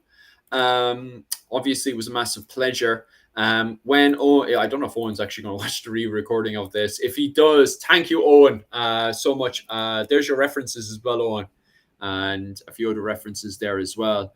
I don't know if anybody can make it out because it's kind of funny using it on this platform, but there you go anyway. And of course, Michal, thank you so much for jumping on there as well and helping us with today. Your deep knowledge of the clans and dynasties of Ireland is always really, really welcomed in here. We obviously, you can jump on whenever you want, and we can cover other topics and stuff, especially to do with Ireland and Scotland. And Rachel, once again, thank you so much for your deep knowledge to do with clothing in 15th century Europe, especially to do with Ireland and Scotland, to do with tartans and stuff like that. I hope if anybody's looking to buy a clan tartan or anything like that, myself and Michael don't have something to do. Michael, we should switch from t-shirts to Chris belts. We should definitely switch over to this one because we might actually make more money on this one, because especially since that's pretty much the closest thing we have to clan colors or clan anything really. So we might as well switch the business over to that, Michal. Start making money there. Does anybody have any requests for any clan belts, Dia? I go and get a leather belt there for you. I have one here actually. I'll sell this online here. That's the colors for Clan Hayes, right? So if anybody wants a Clan Hayes belt, there you go. I'll sell it for $250 there. I'll send it over to you in post. I'll sell it because we still have that what's it called, business up and running, the t-shirt business, don't we, Michal? Yeah. I haven't looked up for bloody ages. You've probably got a fortune in there. Yeah. The more books that we need to bloody buy, you need to start looking back into that as well. So we actually do have a Clans and Dynasties and Irish Medieval t-shirt shop on the go there. We set up 4 years ago or something? Yeah. Oh, wow. So Philip, you and I have been collaborating for almost a year, and this is the first time. I know, right? Yeah, but I haven't checked the account on it for 2 years, so there could be money in there.